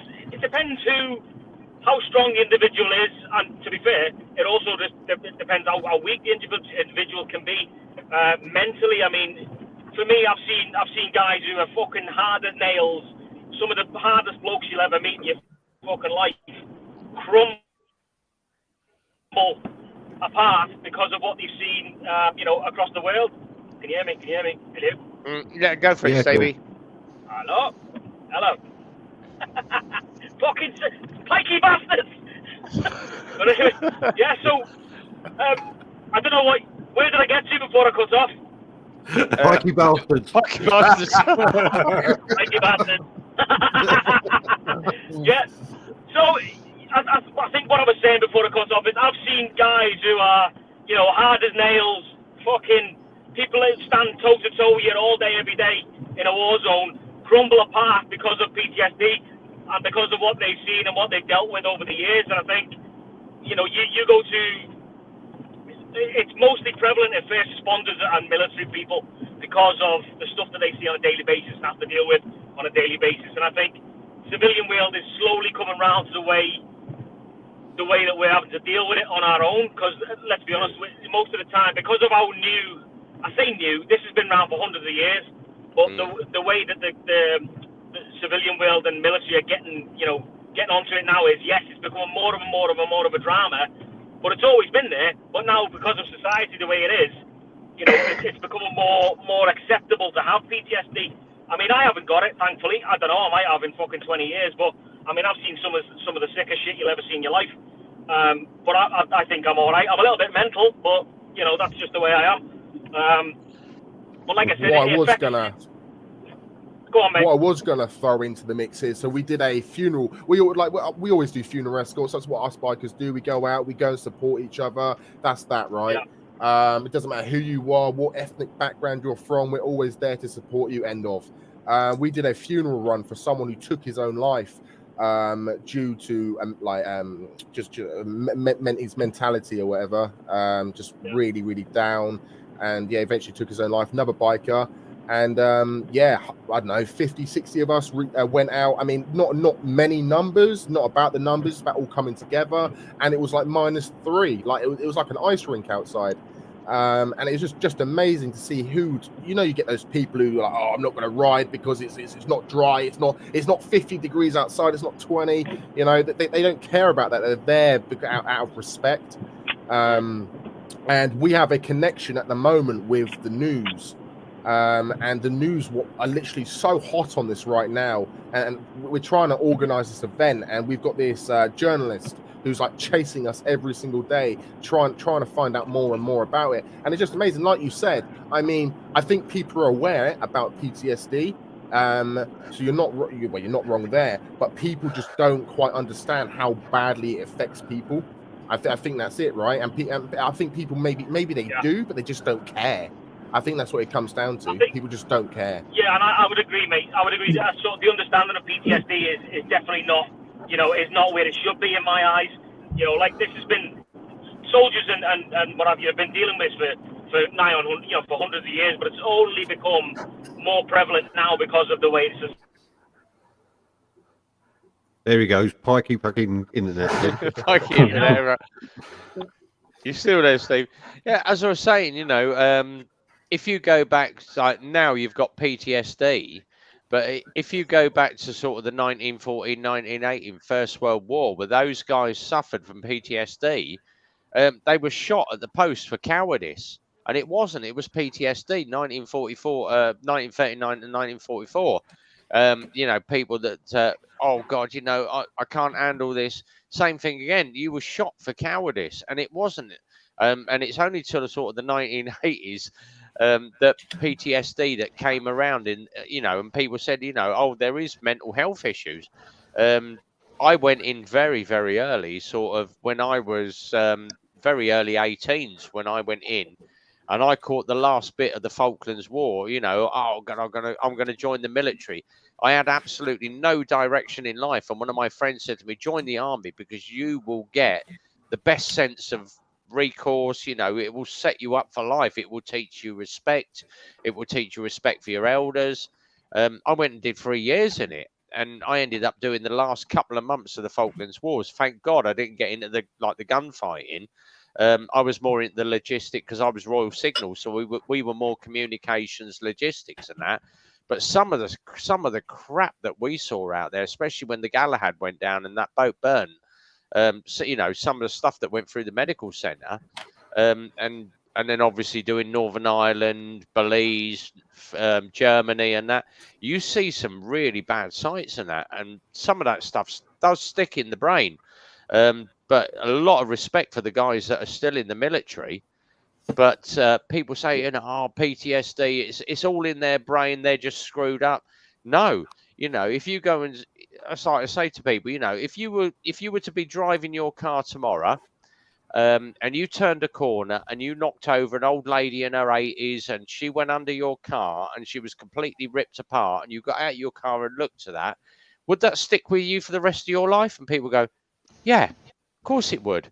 Well, that is, and that is going to affect you nightly. You're going to have the nightmares coming back. You're going to have the nights where you can't sleep, and people don't realise that's what PTSD is. So we do quite a lot. Simon does quite a lot. He does the ride outs with me as well. So we do a lot of ride outs. We did the PC Harper one. So 26,000 bikers went out. I think it was 2 or 3 years ago. We rode for the simple fact that we were supporting a fellow colleague who was a biker and a fellow officer. But that's what we do, bikers, the family sticks together. When the shit hits the fan, to put it bluntly, we all stick together. Yeah, it's so weird, isn't it? Like seeing the different groups. So you've got the bike scene, and then you have the car scene. How different like both groups are. You see a bike on the side of the road. You pull over. You say, "You're right, mate. How you doing? Is there anything I can assist you with?" Like exactly. Yeah. You see a car, you're like, "Oh, go away, mate." You know, it's two complete different things. You're there for each other. Where in cars, well, if you take away the whole Sons of Anarchy thing, it is a brotherhood. Yeah. Regardless, you're on two wheels. I'm just going to bring this one in the post. So Nicolo, he's just put up. I saw the 2020 Streatham knife attack right in front of my old house. After sort of I had 2 months of recovery. It does take you. It does take a hell of a lot to get over that. Obviously, a lot of us, obviously me and Simon are probably the older riders in the room. I used to do a lot of. You're the eldest. Yeah, just putting I'm the that oldest. in there. Yeah, all right. Thank you. I used to do a lot with a company called Cowan's Recovery, who run out of Newport Pagnell, and we used to deal with what was called the wreckers. We used to go out to Arctic smashes. So one of the guys had a Kenilworth American truck known as Captain Hook, and we used to go out to the lorry crashes. And you open some of those cabs up, and the driver is still in the cab and decapitated, or he's got his legs missing, or he's got his guts hanging out. I did it for a year, and that was enough for me. And I'm like, and the guy that I was running with, Barry, and I said to him, "Jesus Christ, I can't do this anymore." He went, "You either got the stomach for it or you haven't." And I went, "Well, how long have you been doing it?" "I've been doing it 15 years, mate." I did a year, and that was enough for me.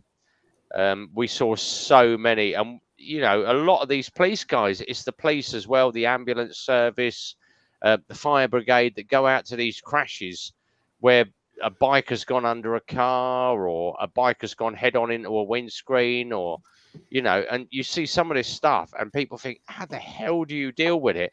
And a big hands up to our NHS staff that have to deal with the brunt of this, and they just get on with it and they put their head down. I think like another one, Premises 187. Obviously, I can't say what he does in London, but Premises is very, very involved in like the accident scene and that, and he just goes out and does his videos. And Premises is a really good. But he does swear a lot, and that's just his way of just venting off his anger for riding his bike. And people say to Premises, "Oh, you're just swearing at car drivers for cutting you up." When you see some of the stuff that guy has to deal with, you can understand why he's venting his anger at car drivers. Yeah, I think the thing about it is like guys don't communicate. They don't talk about it. They feel that if they start talking about their feelings and how they're feeling on a day-to-day basis, it's a sign of weakness. So what happens, or what tends to happen, is you keep it locked up there, and then what happens? Get judged. Yeah, exactly. So what happens is a dripping tap just hits your forehead until it gets to the point. I agree with that totally. I did 10 years of ambulance service, and I've done other things before that. Yeah, but say Simon's ambulance, isn't he? Yeah. 20 years ago, I left the ambulance service, and 18 months ago, I got diagnosed. I've actually been diagnosed with PTSD, and it's from everything that happened over 20 years ago. Yeah. As you get older, you deal with it, or you have trouble dealing with it. In a different your way. coping mechanisms all change as you get older, and one of the big things is you forget all the good times. Yeah. You only remember, if you look back over 20 years ago, you can only remember bad things. You can't remember anything good. Yeah. And you have to really, it's been hard, but you have to really, really rewire your brain to how you're thinking. Which is why when it comes to mental health stuff and that, and I'll jump in, I'll help, I'll give all the shout outs. Same for me. The issues that I had weren't through traumatic experiences. It was basically just work related, and it was a pressure situation where the pressure of my position increased to the point where. Gareth's got to go, guys. So take care, Gareth. Yeah, cheers, Gareth, for coming in. Go Eagles! Go Eagles! Hey guys. Take care, buddy. Yeah, mate. Yes. Yeah, so the pressure got to a point where I woke up one morning sitting at the end of my bed saying to my wife, I can't go to my work. She's like, what's up? I says, I can't go to my work. I can't do it anymore. Yeah. And that was it. That was the start of it. To the point where I ended up sitting in a doctor's surgery, and the doctor saying, well, what are you doing? Why are you doing this? It's only a job, and so on and so forth. But my whole mental sort of world collapsed. Basically, the only way that I could describe it is I got a light bulb and I dropped it in the ground and it shattered into a million pieces. And basically, over the last maybe 5 years, I've been sitting with a tube of super glue, gluing it all back together again. Sometimes I drop it again. Sometimes I pick up the wrong bits. But I'm getting to sort of some sense of normality, and that's the way I sort of look at it. I've actually got a vlog on my channel about it. I talk quite openly about it. I'm not ashamed. I'll go check that out, actually. Yeah. I was going to add to you on that. So I work for the NHS, and I was going to say we deal with a lot of children who want to self-harm or commit suicide, and things like that, who end up getting sectioned by the police, and then they end up in like secure units. But I was going to say that for me, that's kind of all right, you know. In a sense, they're around medical staff. That's kind of all right. You know, the medical staff are trained; they can kind of do what they need to do. But so when I was 18, I witnessed a horrific accident when I was out on my bike with one of my buddies, and then I kind of fought demons for about 5 years, and then I got diagnosed with PTSD. So this is why it's so strong for me. But yeah, you're exactly right. I mean, like it's strong for everyone. I don't want to turn this chat into like a depressing chat. No, it's fine. You speak openly. That's what the channel's about. Yeah. But no, yeah, I mean, everyone every day fight their own demons and everything like that. We kind of we just want to be there and just raise just awareness. That's literally it. Just raise the bar up. Yeah. It's so overlooked for men. I mean, like I keep going back to saying statistics. I can't. It's not just the men; it's the women as well. Well, well, this is the thing. You say that, right? Which it is 100% right. But I like what the newspaper read out or whatever it was like 15.4% or something of females suffer from depression or suicide or whatever. But it's like 3% of men are willing to speak up about it. Yeah, like the men 3%. Tend to bottle it in. So we had it because obviously we had it when we were out in the Falklands, and we saw some bloody horrific sights. We were only logistics, just packing up after. But obviously we met up with Simon Weston. Now, Simon Weston is obviously known for all the burns that he had when he came off the Galahad. We did a charity event. It's quite funny when we actually did this. We did a charity event with Jim Davidson, and it was to raise money for basically PTSD, the Falklands veterans. And we were chatting about, and Simon Weston turned up, and I said, "Oh God, blah blah blah." We were chatting away, and Jim Davidson turned around. He went, "We were just talking about you. I bet your fucking ears were burning." I'm like, "Oh Jesus, Jim."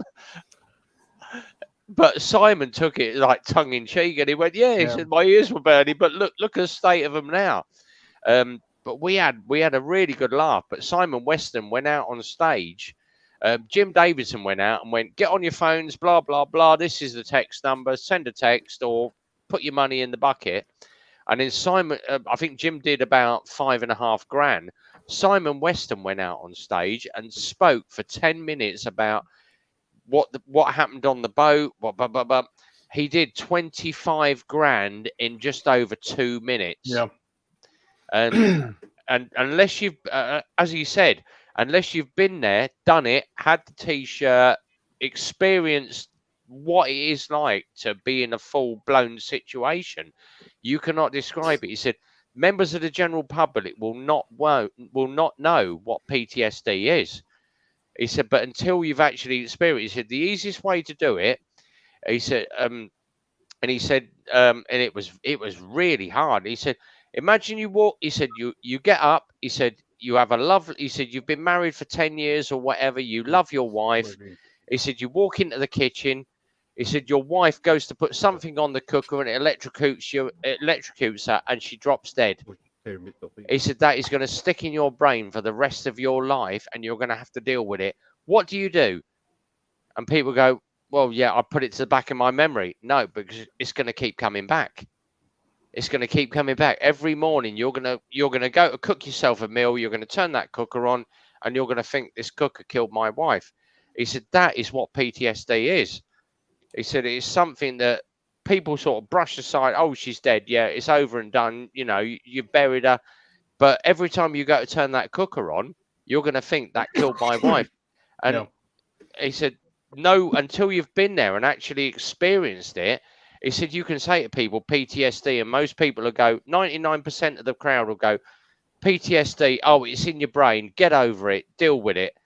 But unless you've done it, you can't deal with it. And like I said, I've had 3 years. Simon's had NHS. Until you've done it, and I've seen some horrendous stuff when I was on the records. I've seen people decapitated, sort of legs off, guts out. I've seen some really nasty stuff in my life. And it goes to the back. And every I'd say every 6 or 7 months, I will wake up in the night with night sweats, or the wife will knock me. Oh, you know, you're and I'll wake up with a nightmare, and she'll say, "What's up?" And I'm like, "Just bad day, just leave me alone." I did it on, I think it was Monday, because I texted Simon. No, it was Tuesday actually, because Andy GSA, I think it was Carl. Was it you, Carl, that texted me and said you're up really early? Yeah, it was. Yeah.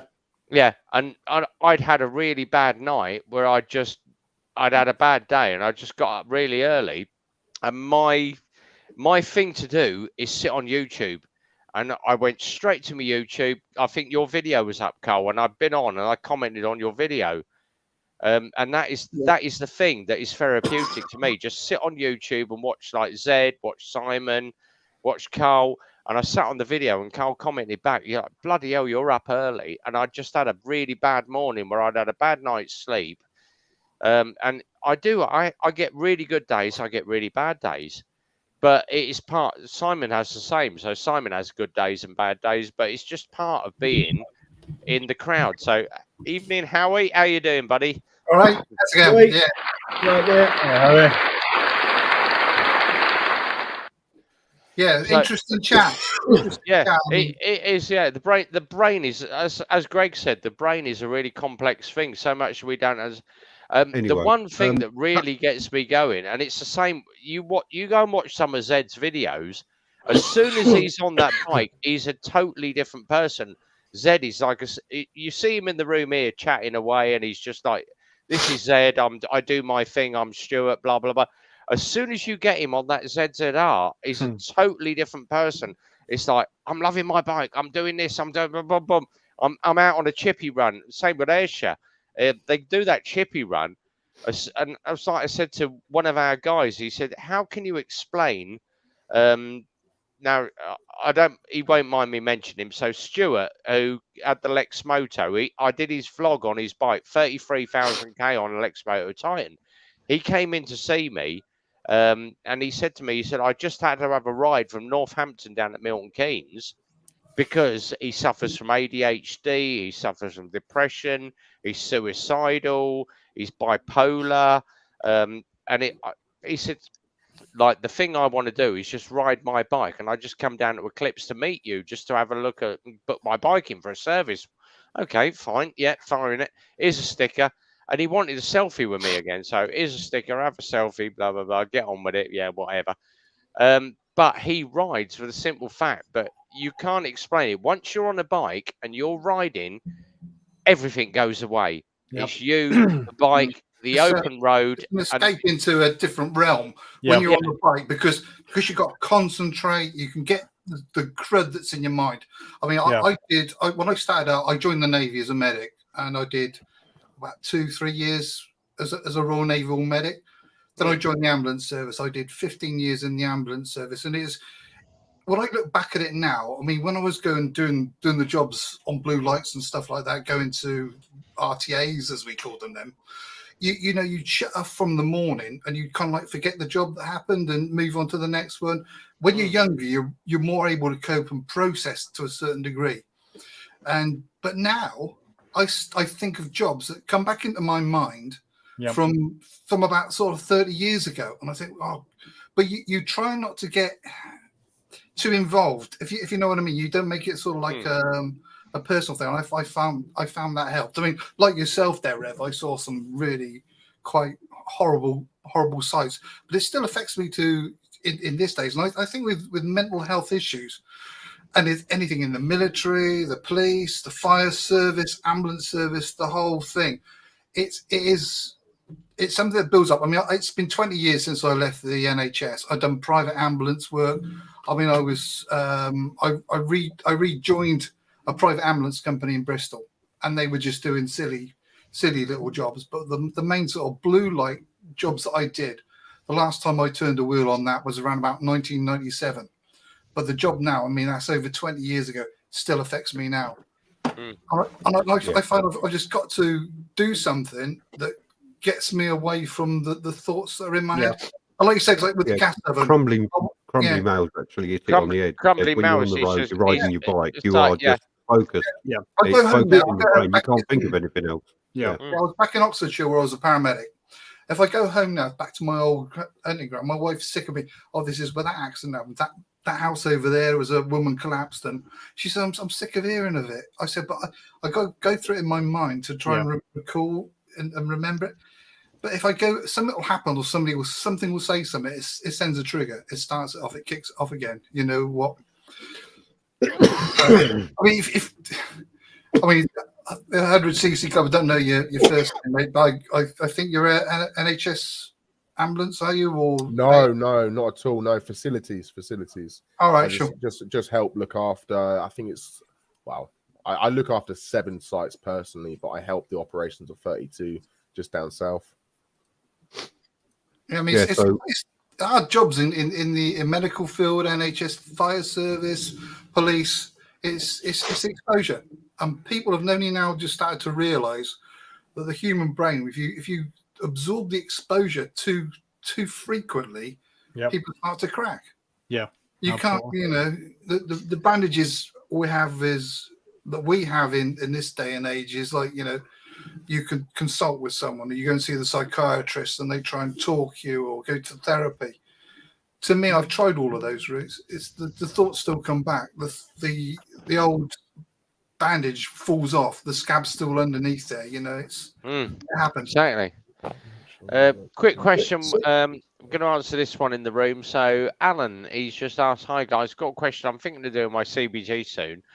I'm unsure whether I should go for a scooter or a gear bike. Got disabilities. What would you suggest?" It all depends on what the disability is. Yeah. What I would say is, if you're looking at staying in biking for your lifetime, go geared. If you're looking at for just something that you can use to just backwards and forwards, go twist and go. But it obviously depends on what, as Simon says, depends on what your disability is. So you've got a few options on there. Yeah. Simon, your thoughts? My thoughts on it. Yeah. If it does depend on what your disability is. If you can't do the geared, then you can go automatic, and you can go automatic all the way up to 900 cc's. It is possible, and it is possible to do a full motorbike automatic test. Get an Africa one. You are much better off going for geared if you can. Yeah. As I say, you know, if you're looking to have a career, you know, not a career, but you're looking to do biking on a full-time basis, then go geared. If you're looking to do just something that you want as a daily commute backwards and forwards to work, then go twist and go. Just the man himself is in the room, so Ponkster's in the room. If you've ever thought of doing wild bad, we call this wild bad camping. Someone he's good at it. He is really quite good at it. Stevie mentioned to me about having a brew in the woods, and the 2 things that I do carry in my ZZR all the time. In my GTR all the time. I'm going across the Z now. The couple of things that I carry in my GTR. 1 is a medic kit, and 2 is a jet boil. If you don't know what a jet boil is, it's basically a primer stove, little camping gas cylinder, little press a button, gives you some heat. You can boil up a litre of water in about 2 minutes and you can have an instant cup of coffee. It fits all into one container and it fits in your top box. So I carry a litre of water, a couple of sachets of instant coffee, the Nescafe ones, you basically milk, sugar and powder all in one. Chuck it all in the pot, job done. So I carry a jet boil in my top box. We went the one thing that we went through, and Simon's going to love this, and we went through my first aid kit the other day. And Phil said to me, he went, "Why have you got a first aid kit in your bike?" And I went, "It's a first responders first aid kit. If you happen to be a biker and you come across a crash, the first thing you want to do is sort the guy out, get him on his way, or get the paramedics out." So we went through my first aid kit, plasters, bandages, all the basics that are in there. And he went, "Why have you got a condom? And why have you got a tampon?" "Why have you got a tampon?" And I went, "Tampons go back to ex-army days. If you had a bullet wound, you would stick a tampon in the bullet wound. It swells up. It stops the blood flow." And he also went, good for nosebleeds. Yeah. "It's also good for nosebleeds as well. Why have you got a condom?" I said, "Because the end of the day, if you have to go sticking your finger anywhere, you want to basically isolate your finger from catching any infections. You want to protect the person. Stick a condom on your finger, stick it in the hole. It's not just for up that hole. It's for anything else that you're probing around in trying to find it." And he went, "What's that powder there?" And I went, "That's clotting powder. Clotting powder should only be used if you are a first responder and medically trained. But if you happen to have the slightest bit of knowledge of what clotting powder is, you basically sprinkle it over a wound, chuck a bandage over the top or put a pressure pad on it. It will stop the bleeding until the paramedics get there." And he went, "Yeah, but why have you got motorcycle super glue? Super glue is great for healing cuts, blah, blah, blah." So that is my first responders kit. It gets me there. It sorts someone out. There's too much weight on your bike, mate. Too much There's weight. too I'll much tell you what weight you on the need: bike. a pair of gloves, and a pair of scissors. That does. I was everything. going to add to that actually. So, first aid kit mandatory, right? So, myself and a guy who's part of the 1000cc club, the founder, we went down to Portsmouth. And we're on the like the walkway bit, you know, when people walk along it and the seas next to it and everything like that. I don't know what you call that bit, like I don't know. But anyway, there's this kid cycling along, right, on a push bike, face first over the handlebars, knocks out her teeth. So I'm straight on there. I'm like, right, we need A, B, C, and D. We need ice. Yeah, we're in the middle of nowhere. No first aid kit, no gloves, no tissues, got nothing, got blood going everywhere. And I'm just like, I'm panicking. I'm like, oh God, what do we do? Take your shirt off. Oh mate, what an adventure that was! But I mean, that's something that would always stay in my memory. The poor kid. I always carry a first aid kit on the bike. I always carry a litre of water. Believe it or not, I actually carry a litre of petrol on my bike as well. The amount of bikers that you see that are broke down at the side of the road and they go, "Oh crap, my bike's run out of fuel." I have a litre in the bike. It will get you 5 miles. But if you want me to give you a sort of backer down to the local garage and you can pick up a fuel can. The amount of bikers that I see where someone has broken down and they'll haul them off to the local petrol station, 5-litre jerry can, sit it on your lap, mate. We'll run you back to your bike. Bikers do that for bikers, but you see how many car drivers will stop if a car's broken down. It doesn't happen. Yeah. It never happens. If a biker breaks down, you stop at the side of the road. Another biker will pull up. "You all right, mate? How you doing? You all right? Everything's sorted?" "Yeah, I've got recovery on the way." Or, "Oh, I've run out of fuel." "Jump on the back, mate. We'll go and get 5 litres of fuel for you." And they'll shoot off to the garage. The guy will buy a jerry. I stopped for a guy on the A5 link road. It's a couple of years ago now. I stopped with him and I said, "What's happened?" He said, "Oh, my battery's gone dead." I went, "Okay, you got recovery on the way?" "Yeah." "All right then, there's not a lot I can do then." He said, "Oh, can you do me one favour?" I said, "What's that?" He said, "Have you got any cigarettes?" I went, "Yeah." I stayed there for an hour and a half with him smoking my cigarettes. It was, It's what we do. Company. And then when the guy turned up and got his bike started and that, he actually lived in Milton Keynes. So I said, "I'll tell you what, I'll follow you all the way up." Yeah. And I've actually never seen the guy before, but we had a really good conversation, and I just kept in company at the side of the road. And in fact, when the recovery turned up, we went, right, which bike is it? Quick one from Alan. I can use my leg, but I have good days and bad ones. Ponxa, you got, yeah, as you said, you got to have. I actually, I'm going to blame Ponkster for this, you bugger. He was talking about going out and camping, wild bag camping, so decent motorcycle tent. I went out and bought a thing called Jet Boil. £165, you sod. But God, what a bit of kit. It takes a camping gas cylinder in the bottom. You could literally put a litre of water in your in like a little disposable container, chuck it in the cup. But when you finish with it, you drop the camping gas cylinder in, you drop the top in it. It all fits in one cup, and this thing's called a Jet Boil. But God, does it brew a cup of coffee up really, really quick. And that was the simple fact that I watched a lot of Ponkster's videos about wild bad camping. So, Ponkster, you sod, you made me spend 165 quid, but it's worth it because that thing literally lives in my top box. If me and Simon go up Super Sausage and the price of coffee goes up at Super Sausage, we are brewing up in the car park, mate. No, sod that. I'm going somewhere else. I'm going Starbucks down the road. I ain't hanging about there and brewing up in their car park. Quick one from Boo. He said, Simon, I've got a thing called a flask. It takes you about 30 seconds. It cost me about £4, and it takes about 30 seconds to get a hot cup of coffee. I'll tell you what, I've got a kettle at home. I will make a flask before I leave. Quick one. Important things I carry on my bike in case I break down. I've got an AA card. That's it. They're coming to get me. Quick one from Boo. He said, when I see you, always got a bacon roll in your top bar. Simple reason being, we live at Super Sausage on a Sunday, and I do a lot of promotion for the Super Sausage Cafe. So every time I turn up, they give me free bacon and sausage roll. The neighbours follow me on YouTube, so they now realise that I bring bacon and sausage rolls home. And they said, "Oh, if you're coming home, can you?" So I bring 3 bacon and sausage rolls home on a Sunday. Job done. So that's one. Bike to stick together, no prejudice. Exactly, Shawnee. Boo Rider is a quick one of Marky. Alan, every bloody week. Every bloody Friday.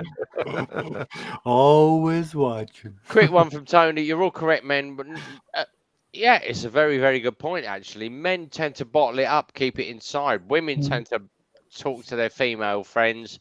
But you do get a good relief when you're riding a bike, which is what, as Simon said, because Simon tends to come into the garage. He tends to pop in, have a cup of coffee with us and chat with Phil, the big boss. But we have some really good days, but unless you're out on a bike, which is why I tend to do a lot of these ride videos, and people say, oh yeah, but customer buys a bike. You shouldn't be doing a ride video for every bike. The simple reason is I love riding my bikes. I love getting the videos out there. Quick one for Ponkster. Basic third aid kit is a skill. Everyone should have one. Yeah, exactly. Something I teach. Plasters, bandage, normal kit. Yeah. I actually teach, was one of my courses, I think I said it last week, I teach CPR to people because that is something that's not taught anywhere. Should be mandatory. Unless you go for it in a profession or you go for your first aid at work or anything. Yeah. Whereas in other countries, it's taught in school. So yeah, I did my first aid because I used to take a youth football club, so it was part of the remit that we had to have it. And I do agree it is vital. Cheers, Alan. More people should have it. Yeah, Alan, don't forget about the rest of these guys in here. We've all got channels as well. You can follow us. Yeah, follow all these guys down here as well. As I say, the easiest way to follow all these guys is go onto any of my videos, go into description, and every single biker in this room is named. What I will do with 1000cc Club, I will put you into my description, so every single video will pop up with your name, guy. But Howie's in there, Cole's in there. While I still remember it as well, before the drink takes over too much, 1000cc Club. Look me up on Facebook, Simon GTR 1400. send me a message on there of what you want and when you want to do it, and I will promote the hell out of it, and I will be there for you. I'm up for that as well, Simon. So yeah, the pair of us. If you didn't know, me and Simon both ride GTR 1400. So this bugger over this side got me to buy the one over the far side. ZZR, Stuart. We're getting blamed for things here, Stu. I know. That's good on you. When I first bought, obviously I started on a ZX7R, and I wanted to go bigger, and I started off with Stuart, who's Zed Motovloggers, ZZR. Oh, I actually had one lined up. I had a 2012 ZZR lined up. Went over and sat on the bike, loved it. It was a Gen 2 as well. So Stuart's got, I think yours is a Gen 1? Yes, it is. Yeah, this was a Gen 2 with the KT, I think it was KT's RC or something on it. Yeah. Had a look at the bike, and then I got dumped off my bike in April. I had that crash with the 125. Went up and had a ride of it. Couldn't get over the tank of it because my back was playing up big time. And I said to the guy, I can't ride this anymore. Keep the deposit. I gave the guy 400 quid deposit. So he kept the deposit just for the pissing around that I did with it. But obviously I started looking at big Kawasaki's, which led me to this guy over here, Simon GTR 1400, upright ZZR 1400, but in a tourer version. Followed Simon's channel, watched a lot of his videos. We had a GTR come into the workshop that we'd bought in from the dealer network. And literally within 3 days of me sitting on that bike, doing the ride video on it, advertising it for sale, and I turned around to Phil and went, do you know what? Forget advertising it. I'm buying the damn thing. And thanks to Simon. And obviously Simon's literally 2 miles from me. If less than that, actually. I think about a mile from me at time. But Simon sort of pops into the garage a couple of times a week. Good baits as well. I ended up buying that GTR 1400. I've never regretted it. It's got the power of the ZZR. It's just got a touring chassis on it. I told you, you will not regret it. I'm loving it. I am absolutely loving it. Apart from the fact that it's costing me an arm and a leg every bloody week. I forgot to mention that bit. They were expensive. But it's worth every penny. But the ZZR, the ZX7R was up for sale. But the GTR and ZZR are exactly the same bike, same engine, just different chassis around it. No, it's the same chassis. It's just different drive format and tuned slightly different. And you could actually take all of the front panels off of ZZR and put them on your GTR. They will fit. Exactly. So, But as I say, there's a lot of people. Quick one from Marty Blue. We are up the sausage on Sunday. I literally live in that I could be convinced. Who's buying the sausage roll? I could be convinced as well. Just saying. Yeah. If you haven't, because obviously on my bike jacket, I am sponsored. Another sponsored link. I am sponsored by Super Sausage. So I promote Super Sausage Cafe every Sunday. If you happen to be a biker, pop along. The only thing I get out of it is a free bacon and sausage roll every Sunday, which probably costs them about a £5. I would say if we can convince Boo Rider to pay for my fuel, I'll come up. As I ride an MT10, I literally do like 60 miles a tank of fuel, and I live all the way down south. On your back wheel. Believe it or not, if you go and watch some of my old ZX7R videos now. My GTR does between 45 to 50 miles to the gallon. If you go and watch some of my ZX7R videos, that thing does 25 tops.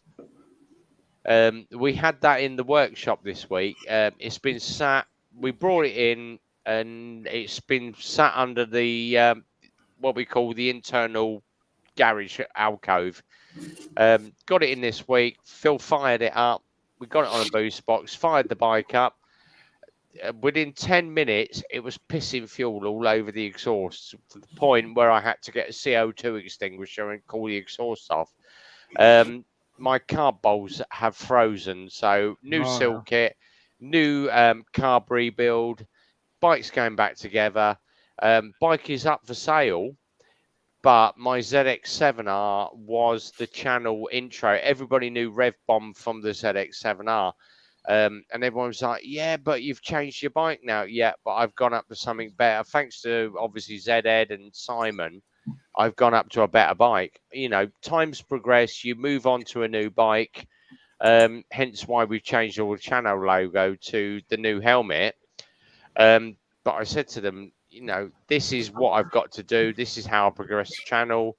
ZX7R's up for sale. But if you look at like some of the big brands that went on, Spicy 110, he started on his DR650. A lot of the early riders like Royal Jordanian, he didn't start on that Nuda 900. He started on a very earlier bike. But that's the way you've got to go. The one that I haven't followed in absolutely ages is Gesto and Lane. And obviously Carlos and Emma were very, very big. Gesto and Lane were very, very big on the Motovlog channel. Yeah, I haven't seen them post for a wee while. I haven't seen anything since Carlos crashed his MT. I think it was an MT10 he crashed. Is that the one he crashed? Was that the one with the MT09? Yeah, yeah. He dropped it in the ditch, and he just and he was like, "Oh yeah, my ABS packed up on my bike." No, it wasn't, Carlos. You just went into the corner too hard. You did like winding his if you're going into the corner relying on ABS, you're going in too fast, aren't you? Let's face it. Exactly. And Simon will preach for that. We do a regular ride. It's normally every Sunday out of Starbucks at City Centre. We do a Rosper ride. First time I ever went out with the Rosper riders. And now Nick Freeman is a very, very good Rosper rider, and Simon will vouch for that.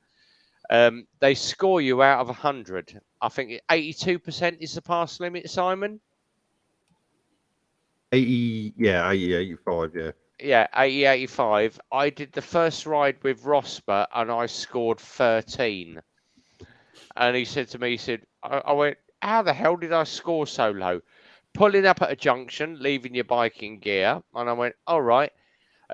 Going down the country roads. And he went, how many times did you cross to the other side of the road when I was taking the racing line? There was nothing coming. I took the racing line through the corner. Can't do that as a Rosper rider. And what is this thing about sticking your knee out on a touring bike when you go into a corner? And I went, what do you mean? He went, every time you went into a corner, you stick your knee out. And I went, it's 40 years of riding sports bikes. You cannot stick your bike. And then he told me that my toes were actually an inch off of the road when I went into a corner. Because I was changing my foot position. Because the rider pegs on a touring bike are a lot lower. I was actually changing my foot position. But I was scraping the corners with my toes. He went, do you realise if you caught your toe, your foot would be dragged under the bike? And I'm like, oops. Yeah. First ride out, I scored 13%. And that's 13 out of 100. Yeah, it was pretty cool. Pretty good. 40 years of biking, and I did shit. To say I did shit was an understatement, Simon. Don't forget you got lost as well. And I got lost as well. I think it was about third or fourth ride in with Nick, and he said to me, he said, you're getting better, you're 70%. But then I went and watched Moto Jitsu on YouTube this week, pulling up at a junction, and he leaves his bike in gear. Yeah. And he went, every rider should leave their bike in gear. And I actually commented on Moto Jitsu and said, no, in the UK, under the Rosper rides, bike has to go out of gear, and you should sit in neutral with your foot on the back brake with your left foot on the road. No, you're fucking wrong. Blah, blah, blah, blah, blah. And he went to unfollow Moto Jitsu. Yeah, I mean it's the same as if you drive a HGV or a large goods vehicle or anything like that in this country. If you're going to be stationary more than 15 seconds, you pull the handbrake on. Yeah, exactly. And the reason you do that for is if anything happens, your foot comes off that clutch, you don't go bouncing forwards. Yeah. Same as on a motorbike. And anything happens and your hand comes exactly off that what Nick clutch, said to me. He said, he said, if someone hits you at the back on your GTR and you're in first gear, first thing you're going to do is go backwards. Your bike's in gear, it's going to go forwards. Yeah. And I went, yeah, never thought of that. I've always left my bike in gear with my right foot covering the brake. And don't forget, many of us have got that lovely back box on the back. So as we go backwards on the back seat, the bike goes forwards. It takes us with it. Yeah. You don't fall off of it. Yeah. So I've always put mine in neutral because whenever I've stopped at traffic lights or anything like that, I'm too busy giving it this, you know. Yeah. Quick Yeah, question. That's because you ride a naked BMW. Simon, how long have you had your GTR? Yeah, 3 years. 3 years. Yeah, there you go. Okay. The answer's below the question. Yeah, exactly. I'm up for. Rev was in communications for the US Army. There you go. There we go. That happened ages ago, mate. Yeah. It's starting to get messy, isn't it? People, as people say, you know, it depends on where you are in what country. Some people say leave the bike in gear. Some people say don't leave the bike in gear. It's one of those things. I actually looked up the IAM course, and I actually tell you to leave the bike in gear. Whereas if you do the ROSPA, it tells you not to leave the bike in gear. Right. If you're sitting with your bike out of gear, you've got your left foot on the peg, and something happens behind you, how long is it going to take you to stick that in first gear and move forward? Exactly. Yeah. Why would your left foot be on the peg? It'll be your right foot. You're watching your mirrors all the your time. left foot, you're putting it in, ready to put it in gear. No, but you should be covering You're the not rear brake. you're not be covering the back brake. You're not covering the rear brake. Nope. I was told to do that in the lessons, cover the rear brake. You're told to do that on the lessons, but you sit there with your left foot on the peg, ready to put it in gear. If you need to hold it, you can hold it on the front. Yeah, that's what Nick always told me, to hold it on the front brake with your revs ready and your hand on the clutch. Leave your gear shifter ready to go because you're holding the weight of the bike on the front brake. But if you see coming in from behind, into gear, move on. Yeah. Whereas if you're in gear and you're holding the bike on the rear brake, if that car's coming in and you don't pay attention, and he does hit you too hard, your bike's automatically in gear and that bike's taking off on its own. Yeah. Just don't forget your hands rolling backwards have now opened the throttle. And your hand rolling backwards has opened the throttle. Well, go and watch my video from I think it was April 17th. Me sitting on the ZXB. I've actually got the bike in gear. I'm covering the front brake, hand on the clutch. You look how far forward that bike goes. Yeah. So I've completely reversed what I've wanted to do because Nick said to me, he said, you had that totally wrong. I said, yeah, but that's what I did off the IAM course. The ROSPA course is completely the opposite. And the ROSPA course is a lot better when we went out with Nick, because he obviously said to us, he said, when we get on the country lanes, anything goes. It's not 60 mile an hour limit. If you do an IAM course and you exceed 65 mile an hour, you start losing points. If you're on the ROSPA ride and you're on a 60 mile an hour road and you're doing 67, 70 mile an hour, as long as you're riding to the conditions, it's good. If I exceed 65 miles an hour, I change into second gear. Exactly, yeah. I did that. I actually did that coming off of the, oh God, when was it? When we did I think I did the Motovlog, the 10-minute Motovlog. Yeah. And I come off Simon knows the roundabout, Granby, and there's that little 125cc scooter that's sitting on beside me, and I'm in first gear. And I actually opened it up to 7,000 RPM just in first gear, and then came back down for the red light. And I'm like, oh shit, I've just did 70 mile an hour. It goes up. It goes. It opens itself up. That frightened the life out of me. I was like, oh, because I knew for a fact he was going to go take the left-hand lane and cut me off. Mark, I saw you posted 2 hours ago. I've not watched the video yet, mate, but is there any wee sort of snippets you can give us for your plans for 2022?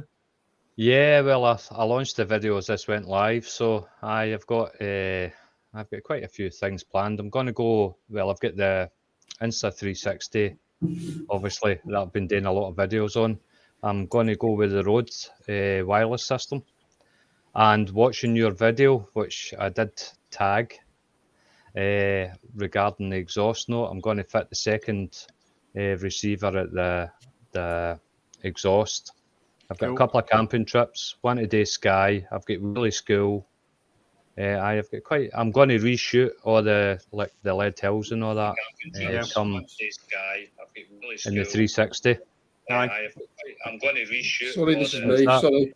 We're getting feedback. It's all right. It's me. Is that Carl again? You need to give us a shout when you're going to the lead hills, because I've not done that yet, so I would love to do it with you, mate. Right, well do, mate. And yeah, don't forget June the 4th. I think Simon and Andy are up in Scotland June the 4th. I've got a question for Mark then. So I run the Drift Ghost S on the lid, and then I run the Hero 8, which is just literally here. Can't even show you in view. But you said you got the 360. Now, the only question I have about the 360 is how do you edit the footage on the 360? Because there's endless complaints on the 360 on software. Best thing Can to you do. still hear me? Yeah. You hear me? Yeah. Best thing to do. Yeah. I can give you advice on there. If you look at my, I think it's the second from last Super Sausage run, and it's Simon GTR joins Rev Bomb Super Sausage run. We had a Drift Ghost. I have a B&M 1060p cheap 10 quid camera. Stuart's favourite camera. Yeah, we bought it from like one of the cheap shops. So we've got that camera, and we've got the Insta 360. So the Insta 360, there is an app to do the Insta 360 video, where you can actually pinpoint a bike and track the bike backwards and forwards. So it's jumping between that, my drift off my camera, my helmet, and the little cheap 10 quid camera from B&M that's off the side of the bike. Compare the videos, but if you're doing 360, use the Insta 360 app, edit everything in your video on 360. But then what I do is tend to use clap tracks. So what I'll do is couple of I'll do 3, 2, 1, go. Every couple of minutes I'll go 3, 2, 1, go, 3, 2, 1, go, 3, 2, 1, go. That tends to and then you can line all your audio up and then just get the video. Use the one audio, and I tend to use the audio off my my drift in my helmet, because my mic is right up in my cheek pad. And then line all your audios up. It takes you a bit of a time, but then delete the audio from the other cameras, use the one off your drift, and then line all the other cameras up. I tend to sound the horn 3 times, and then that puts a big spike in the audio, and you can line all the audios up. Yeah, I get the horn all the time. I knew Stuart would.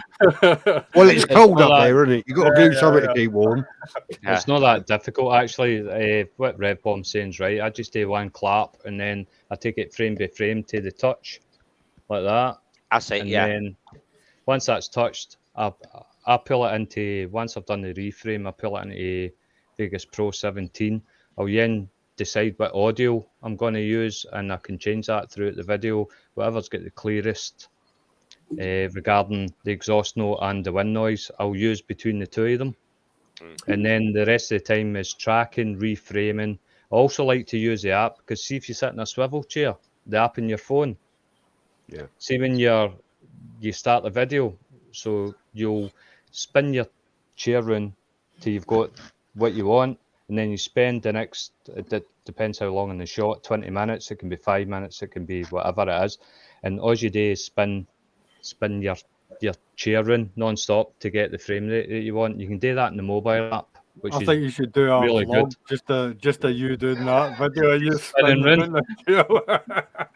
It's actually, see the mobile app, it's really, really good. If your phone can do it, it's really, really good, because just get a swivel chair and just reframe as you move and just spin it. I was going to add to that. So I've got quite a powerful PC. I do game development. So well, aside from working from the NHS, that's what I do. I do game development in my spare time. So what I do use is Sony Vegas and Adobe After Effects.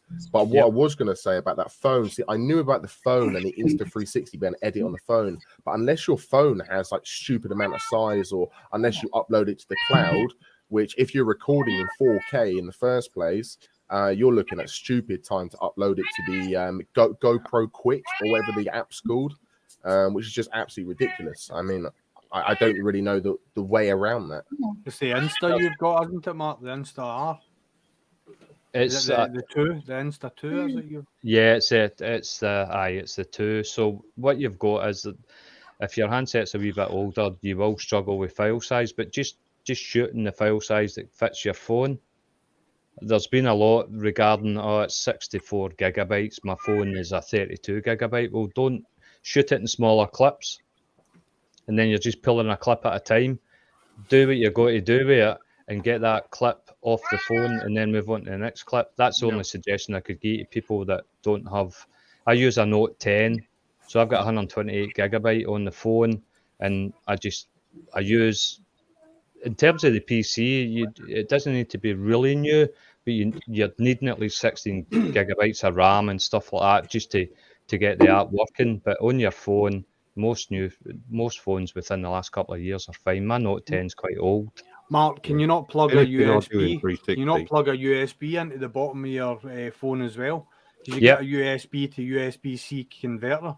So you can just download the file onto whatever size of USB and then plug it into your phone and use it as a secondary sort of memory if it was. You can do that. There's plenty of stuff plugs into the bottom where you've got a memory card attached to that if your phone hasn't got a memory card. There's plenty of ways around it, to be honest. But if you're using the desktop software is really good, but some of the really sparkly stuff's on the app and your phone. That's where you've got slightly more on that. See, I use Power Director 365 on my computer, and see the actual 365 because I pay the yearly subscription. I've got the app on my phone as well. I find the phone app easier to edit on than the computer. It is. It's you a can strange, on behalf it's at least. Strangest thing, aye, absolutely. And then like going through all the transitions and filters and text that you can put onto it, it's more intuitive on the phone than it is on the computer. The computer's the Insta app on the phone is absolutely fantastic. I mean, I've no complaints with it. There's plenty. I'm on a 1X2 with Facebook, and there's like hundreds of complaints, but I've not hit any of them yet. It does take time, and it takes a wee bit getting used to, but once you've got it done, you've got it nailed. How many goes did you have at the boom before you got the boom, like where you wanted it and exact? My first video took me, my first Insta360 video, which was an 18-minute clip, taking me 5.5 hours to reframe. Yep. And when I'd reframed it, it still wasn't perfect. Or it wasn't what I was happy with. So 5.5 hours in an 18-minute clip. And then to render it, when you put it in Vegas Pro, that's when you need a decent PC. Yeah. To render it as well, mate. Yeah, to render it. My first render, I just upgraded my PC. I turned the RAM up to 32 gig. I've not changed the processor, changed the graphics. And you'll not get a processor, they're all mining Bitcoin with them. Yeah. So my first render was 5 times the time scale. So 18 minutes times 5 to render that clip. I've now got it down to 1.5. So getting there now. No, absolutely. That's the issue, isn't it? When you drag it to PC, I think on phone, is it near enough instant rendering? Where on PC it takes a while, doesn't it? I mean, even for me, I mean, I thought a 4K clip at 5 minutes will probably take like 32 seconds. But that's a basic clip. As soon as you start adding transitions, text overlays, voice and everything like that, you're looking at like 5, 6, 7 minutes. And that's only a 4-minute clip. If you want to do a 10-minute video, mate, you're like, it's just a joke, like half an hour to an hour. Gareth gave me some tips on the rendering last week, and I've yet to try it, but he suggested rather than putting it onto the hard drive of the PC, put it onto an external drive on the PC, They tend and to it run renders quicker, a lot faster. Yeah, I mean, and that's obviously, because, yeah, you no, know, sorry. yeah. No, I was going to say, I don't want to be a nerd or anything, but no, I was going to say he's exactly right. So, I mean, like, it's to do with the read and write speeds, right? So, I mean, a normal HDD would have a slower read and write speed as an SSD or an or a simple SD 32 gig card for your camera. Because HDD is ancient now. That's why people load games and softwares off an SSD, because the read and write speeds are a lot quicker. And that's what you need. That's why you get a class 10 SD card for your cameras, because you need a quick read and write for when you're recording high quality videos and recording your audio as well at the same time. If you're gonna look to buy something new, if you were going to get into this, and the M.2 for your operating system, and then the second M.2 for your workflow for 360 will be a winner for you if you're looking at a new system. Say I've got 8 hard drives. I've got I've got exactly what you just named there. Literally, I've got an SSD. Yeah, I've got a 970 Evo just for my operating system. And then I've got 2 separate 970 Evos with 4 terabytes of HDD space just for video storage. And then you just simply drag and drop them. And then, you know, because the thing is, like I said, like the more you have to read off that hard drive, the slower it's going to act. And especially when you're rendering such large videos at 4K, 1080p, 2070, whatever you're doing, it's just going to slow it down. So you want to try and speed it up as best you can. I've got another good figure for you. I've been doing YouTube for 4 years, so the videos I started with the Prism Tube, which was .movie, and then I went into GoPro. Now I'm in 360. So for 4 years, I keep all my videos. I keep everything I shoot. I'm at 16 terabytes. Wow. I'm sat here with 8 terabytes of like footage. I'm like 6. Wow. 16. I had to buy a new drive, a new Seagate 8 terabyte external drive, so I could move what I had already, which I've got 10 terabyte on the PC. So just out of a generic question here for everyone here, when you move, I don't know if you all have computers or laptops, but when you move footage from your camera over to like a hard drive or a computer or a laptop, or even a phone, in fact, I know Samsung devices you can do it. What do you name your folders? Do you name them the date or the ride? I usually put the last day of the week on them, so everything that week is on. Yeah, I usually mark them porn so as the wife doesn't get them. Hey! Bike porn. There you go. I name everything and date. Yeah, I do date and sort of like or direction, destination, something like that. So I just identify it that's the video. The day I went. If I was going on a ride with Stuart, it would be Z-Head Largs, such and such a date, and I always keep them. See what I render and what I put on YouTube. I don't keep that because you can download it back off YouTube, so I don't keep that file. God knows what it'd be if I kept all them, but I only keep the raw footage. So I can absolutely, yeah. I was going to say, like, so I've got all this footage as well from like 5, 6 to up to 8 years ago, and I used to do YouTube, but then I don't have the consistency to upload. Like the thing for me, and I was explaining to my dad, who's Brew Rider, that I hate the sound of my voice. How do you overcome the sound of your own voice? Is that a thing? Hang on. Right, everybody start behaving now. Stop playing the music. Red Bomb's back. Okay. I'm back. So, anyway, that was a hit from the 60s. 74 copyright strike. There you go. See, to be quite honest, is like I don't think everyone hears their own voice different to the way other people hear their voice. Aye. I personally I cringe when I listen to my own voice when I'm doing my vlogs. It's hard. I don't alter it in any way because it just is what it is. I put it out there, and if people like it, fair game. If they don't, move on. What today is jump on YouTube. I launched a video at the exact same time this went live, and it was my plans for 2022. It's me sitting like this, talking to the camera, and just watch me descend into madness because I'm totally cringing.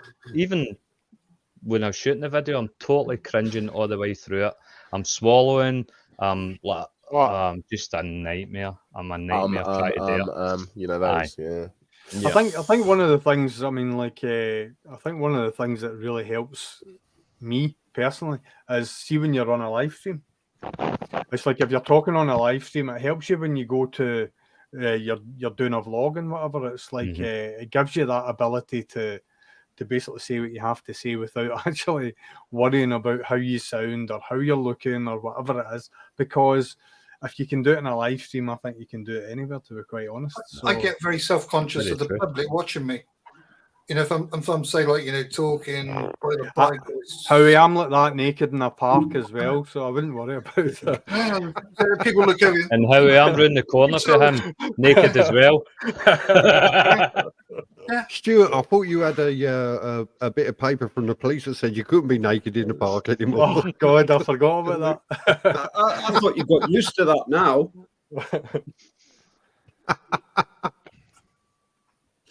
Anyway, guys, I'm gonna have to go. I'm gonna join you. I'm gonna go cook some dinner. She's getting the arse with me. I've been on for an you've been on 2.5 hours. When are you coming to bed? I'm like, yeah, you got a 5 o'clock start. I'm like, oh, yeah, whatever. Yeah. Having too much fun. Anyway, Carl, excellent job on that video, mate. Yeah, challenge completed. Well done. And yours. Carl, I shot mines today, mate. You'll get mines at some point as well. Sorry? Well done. I shot mines today, the 10-minute challenge. Yeah, I'll be yours, watching mate. that. I'm at work on nights for the next few nights, so I'll be catching up on them. Well, actually, I think on all of you, unless you've put any up to date, there's only yours, Mark. So, because I'm up to date with everybody. I've got one up today. I'll be watching tomorrow night anyway. I'll be watching them all tomorrow night. I'm gonna have to go. Anybody at Junkyard Dadsky, I've subscribed to you. Can I just say, if there's anybody in the side chat and that has subscribed to my channel and I haven't subscribed back to yours, let me know and I'll subscribe back straight away. Anybody that subscribes to my, this is the whole point of it for me. Anybody that subscribes to my channel, I'll subscribe to theirs. And Carl, I did the video today for you. What was your name again? The 100cc club. I never actually gave my name. I never. But Brandon. Oh, if you don't want it, you don't have to. No, Brandon. Give that a watch as well. So I got like 20 people on the right going, "Oh, Brandon, good job. Well done for coming and growing a pair and coming on live." Yeah, brilliant. Yeah. Thanks, guys. Right, guys, he was forced to by his dad. She's kicking off with me. Like, you've been on 2.5 hours. When you come into bed, you've got a 5 o'clock start. So thanks so much for coming in. So final wrap up, Simon. Channel. What? Tell us about you. This is going to take a while. No, you're good. Right, Simon GTR 1400, Ryder Kawasaki GTR 1400. Do lots of blogs, talk shit, and go to weekly meets, and I will support anything you want to throw my way. Just on that as well, I'm actually on leave for a week next week, although I'm going to work Monday and Wednesday, so don't ask me how that worked out, but yeah. And I'm going to be doing some ride outs, and I'm going to be traveling around the country and trying to pick up interesting sites, and one of them, MC Valley, is going to be Nottingham. So, yeah, look out for that lot. Here I come. Stuart. Excellent. ZTED Motovlogs, rider ZZR 1400. Just recently done a little unboxing of a pair of RST boots. I have another few things in the pipeline that I'm waiting on a couple of deliveries coming. Took delivery of another little item today, which will be coming up on the channel soon. A set of carbon fiber heel plates, so they'll be getting fitted to the bike very, very soon. So tune in. Brilliant, Mark. Who, me? Yeah. How many marks in it? Ayrshire Vlogstar, ride a Yamaha FZ1N. The only thing I can add to this is get out on your bike, learn to ride a bike, and talk to each other. Brilliant. 1000cc? Yeah. Yeah, hi, my name's Brandon. I'm a director for the 1000cc Club. We host events. Well, we're learning to do charity events at this point in time. Yeah, just a general all-round fun club to be in, I guess, or not even a club, more of a group of like people. We're international. We're based literally across the entirety of the world. We've got, I mean, USA, Australia, Germany, France, just to list a couple of places that we're actually in. And that's kind of it, really. Brilliant. Carl? Carl Dutz, I'll have to join up to the 1000cc club because I drive a S1000R. That's only 998. Sorry. And I really am going to have to go. So thanks very much for having us on, Dave. I'll see you all next time. Oh, and I'll be put them videos up because I'm at work for the next 2 nights and I'll need something to do. Okay, I'll have to go. See you, Carl. And finally, Howie. Yeah, Howie 702 rode a BMW S1000 XR. I'm 2 subs off getting 200, so I'm quite a small YouTuber, but desperate for subs. So if anybody can help me out. Okay, everybody, Howie 702. Let's Just need 2 more. Come on. 2 more. 2 more. Yeah, why not? Although I don't hunt for them all the time, I'm not, scrounging for subs or anything like that. It just would be nice. How we had the booby tassels out and everything. Brilliant. So thanks, guys, for joining in. I'm at 5 o'clock start in the morning. Thanks very much for joining in. Don't forget, Friday Night Live every night, every Friday night, 8 o'clock. So thanks very much for joining in, guys. As always. Would anybody like to continue this? Because I'll quite happily run another one if you want to. Yeah, so Simon's up. If you want to jump across Simon's channel, Simon GTR 1400. I'm off. I've got a 5:30 start. So thanks very much, guys. Howie 200. Yeah, am I 200 now? Yay! Right, oh my God, hey! Whoa! Yeah, the power of the internet.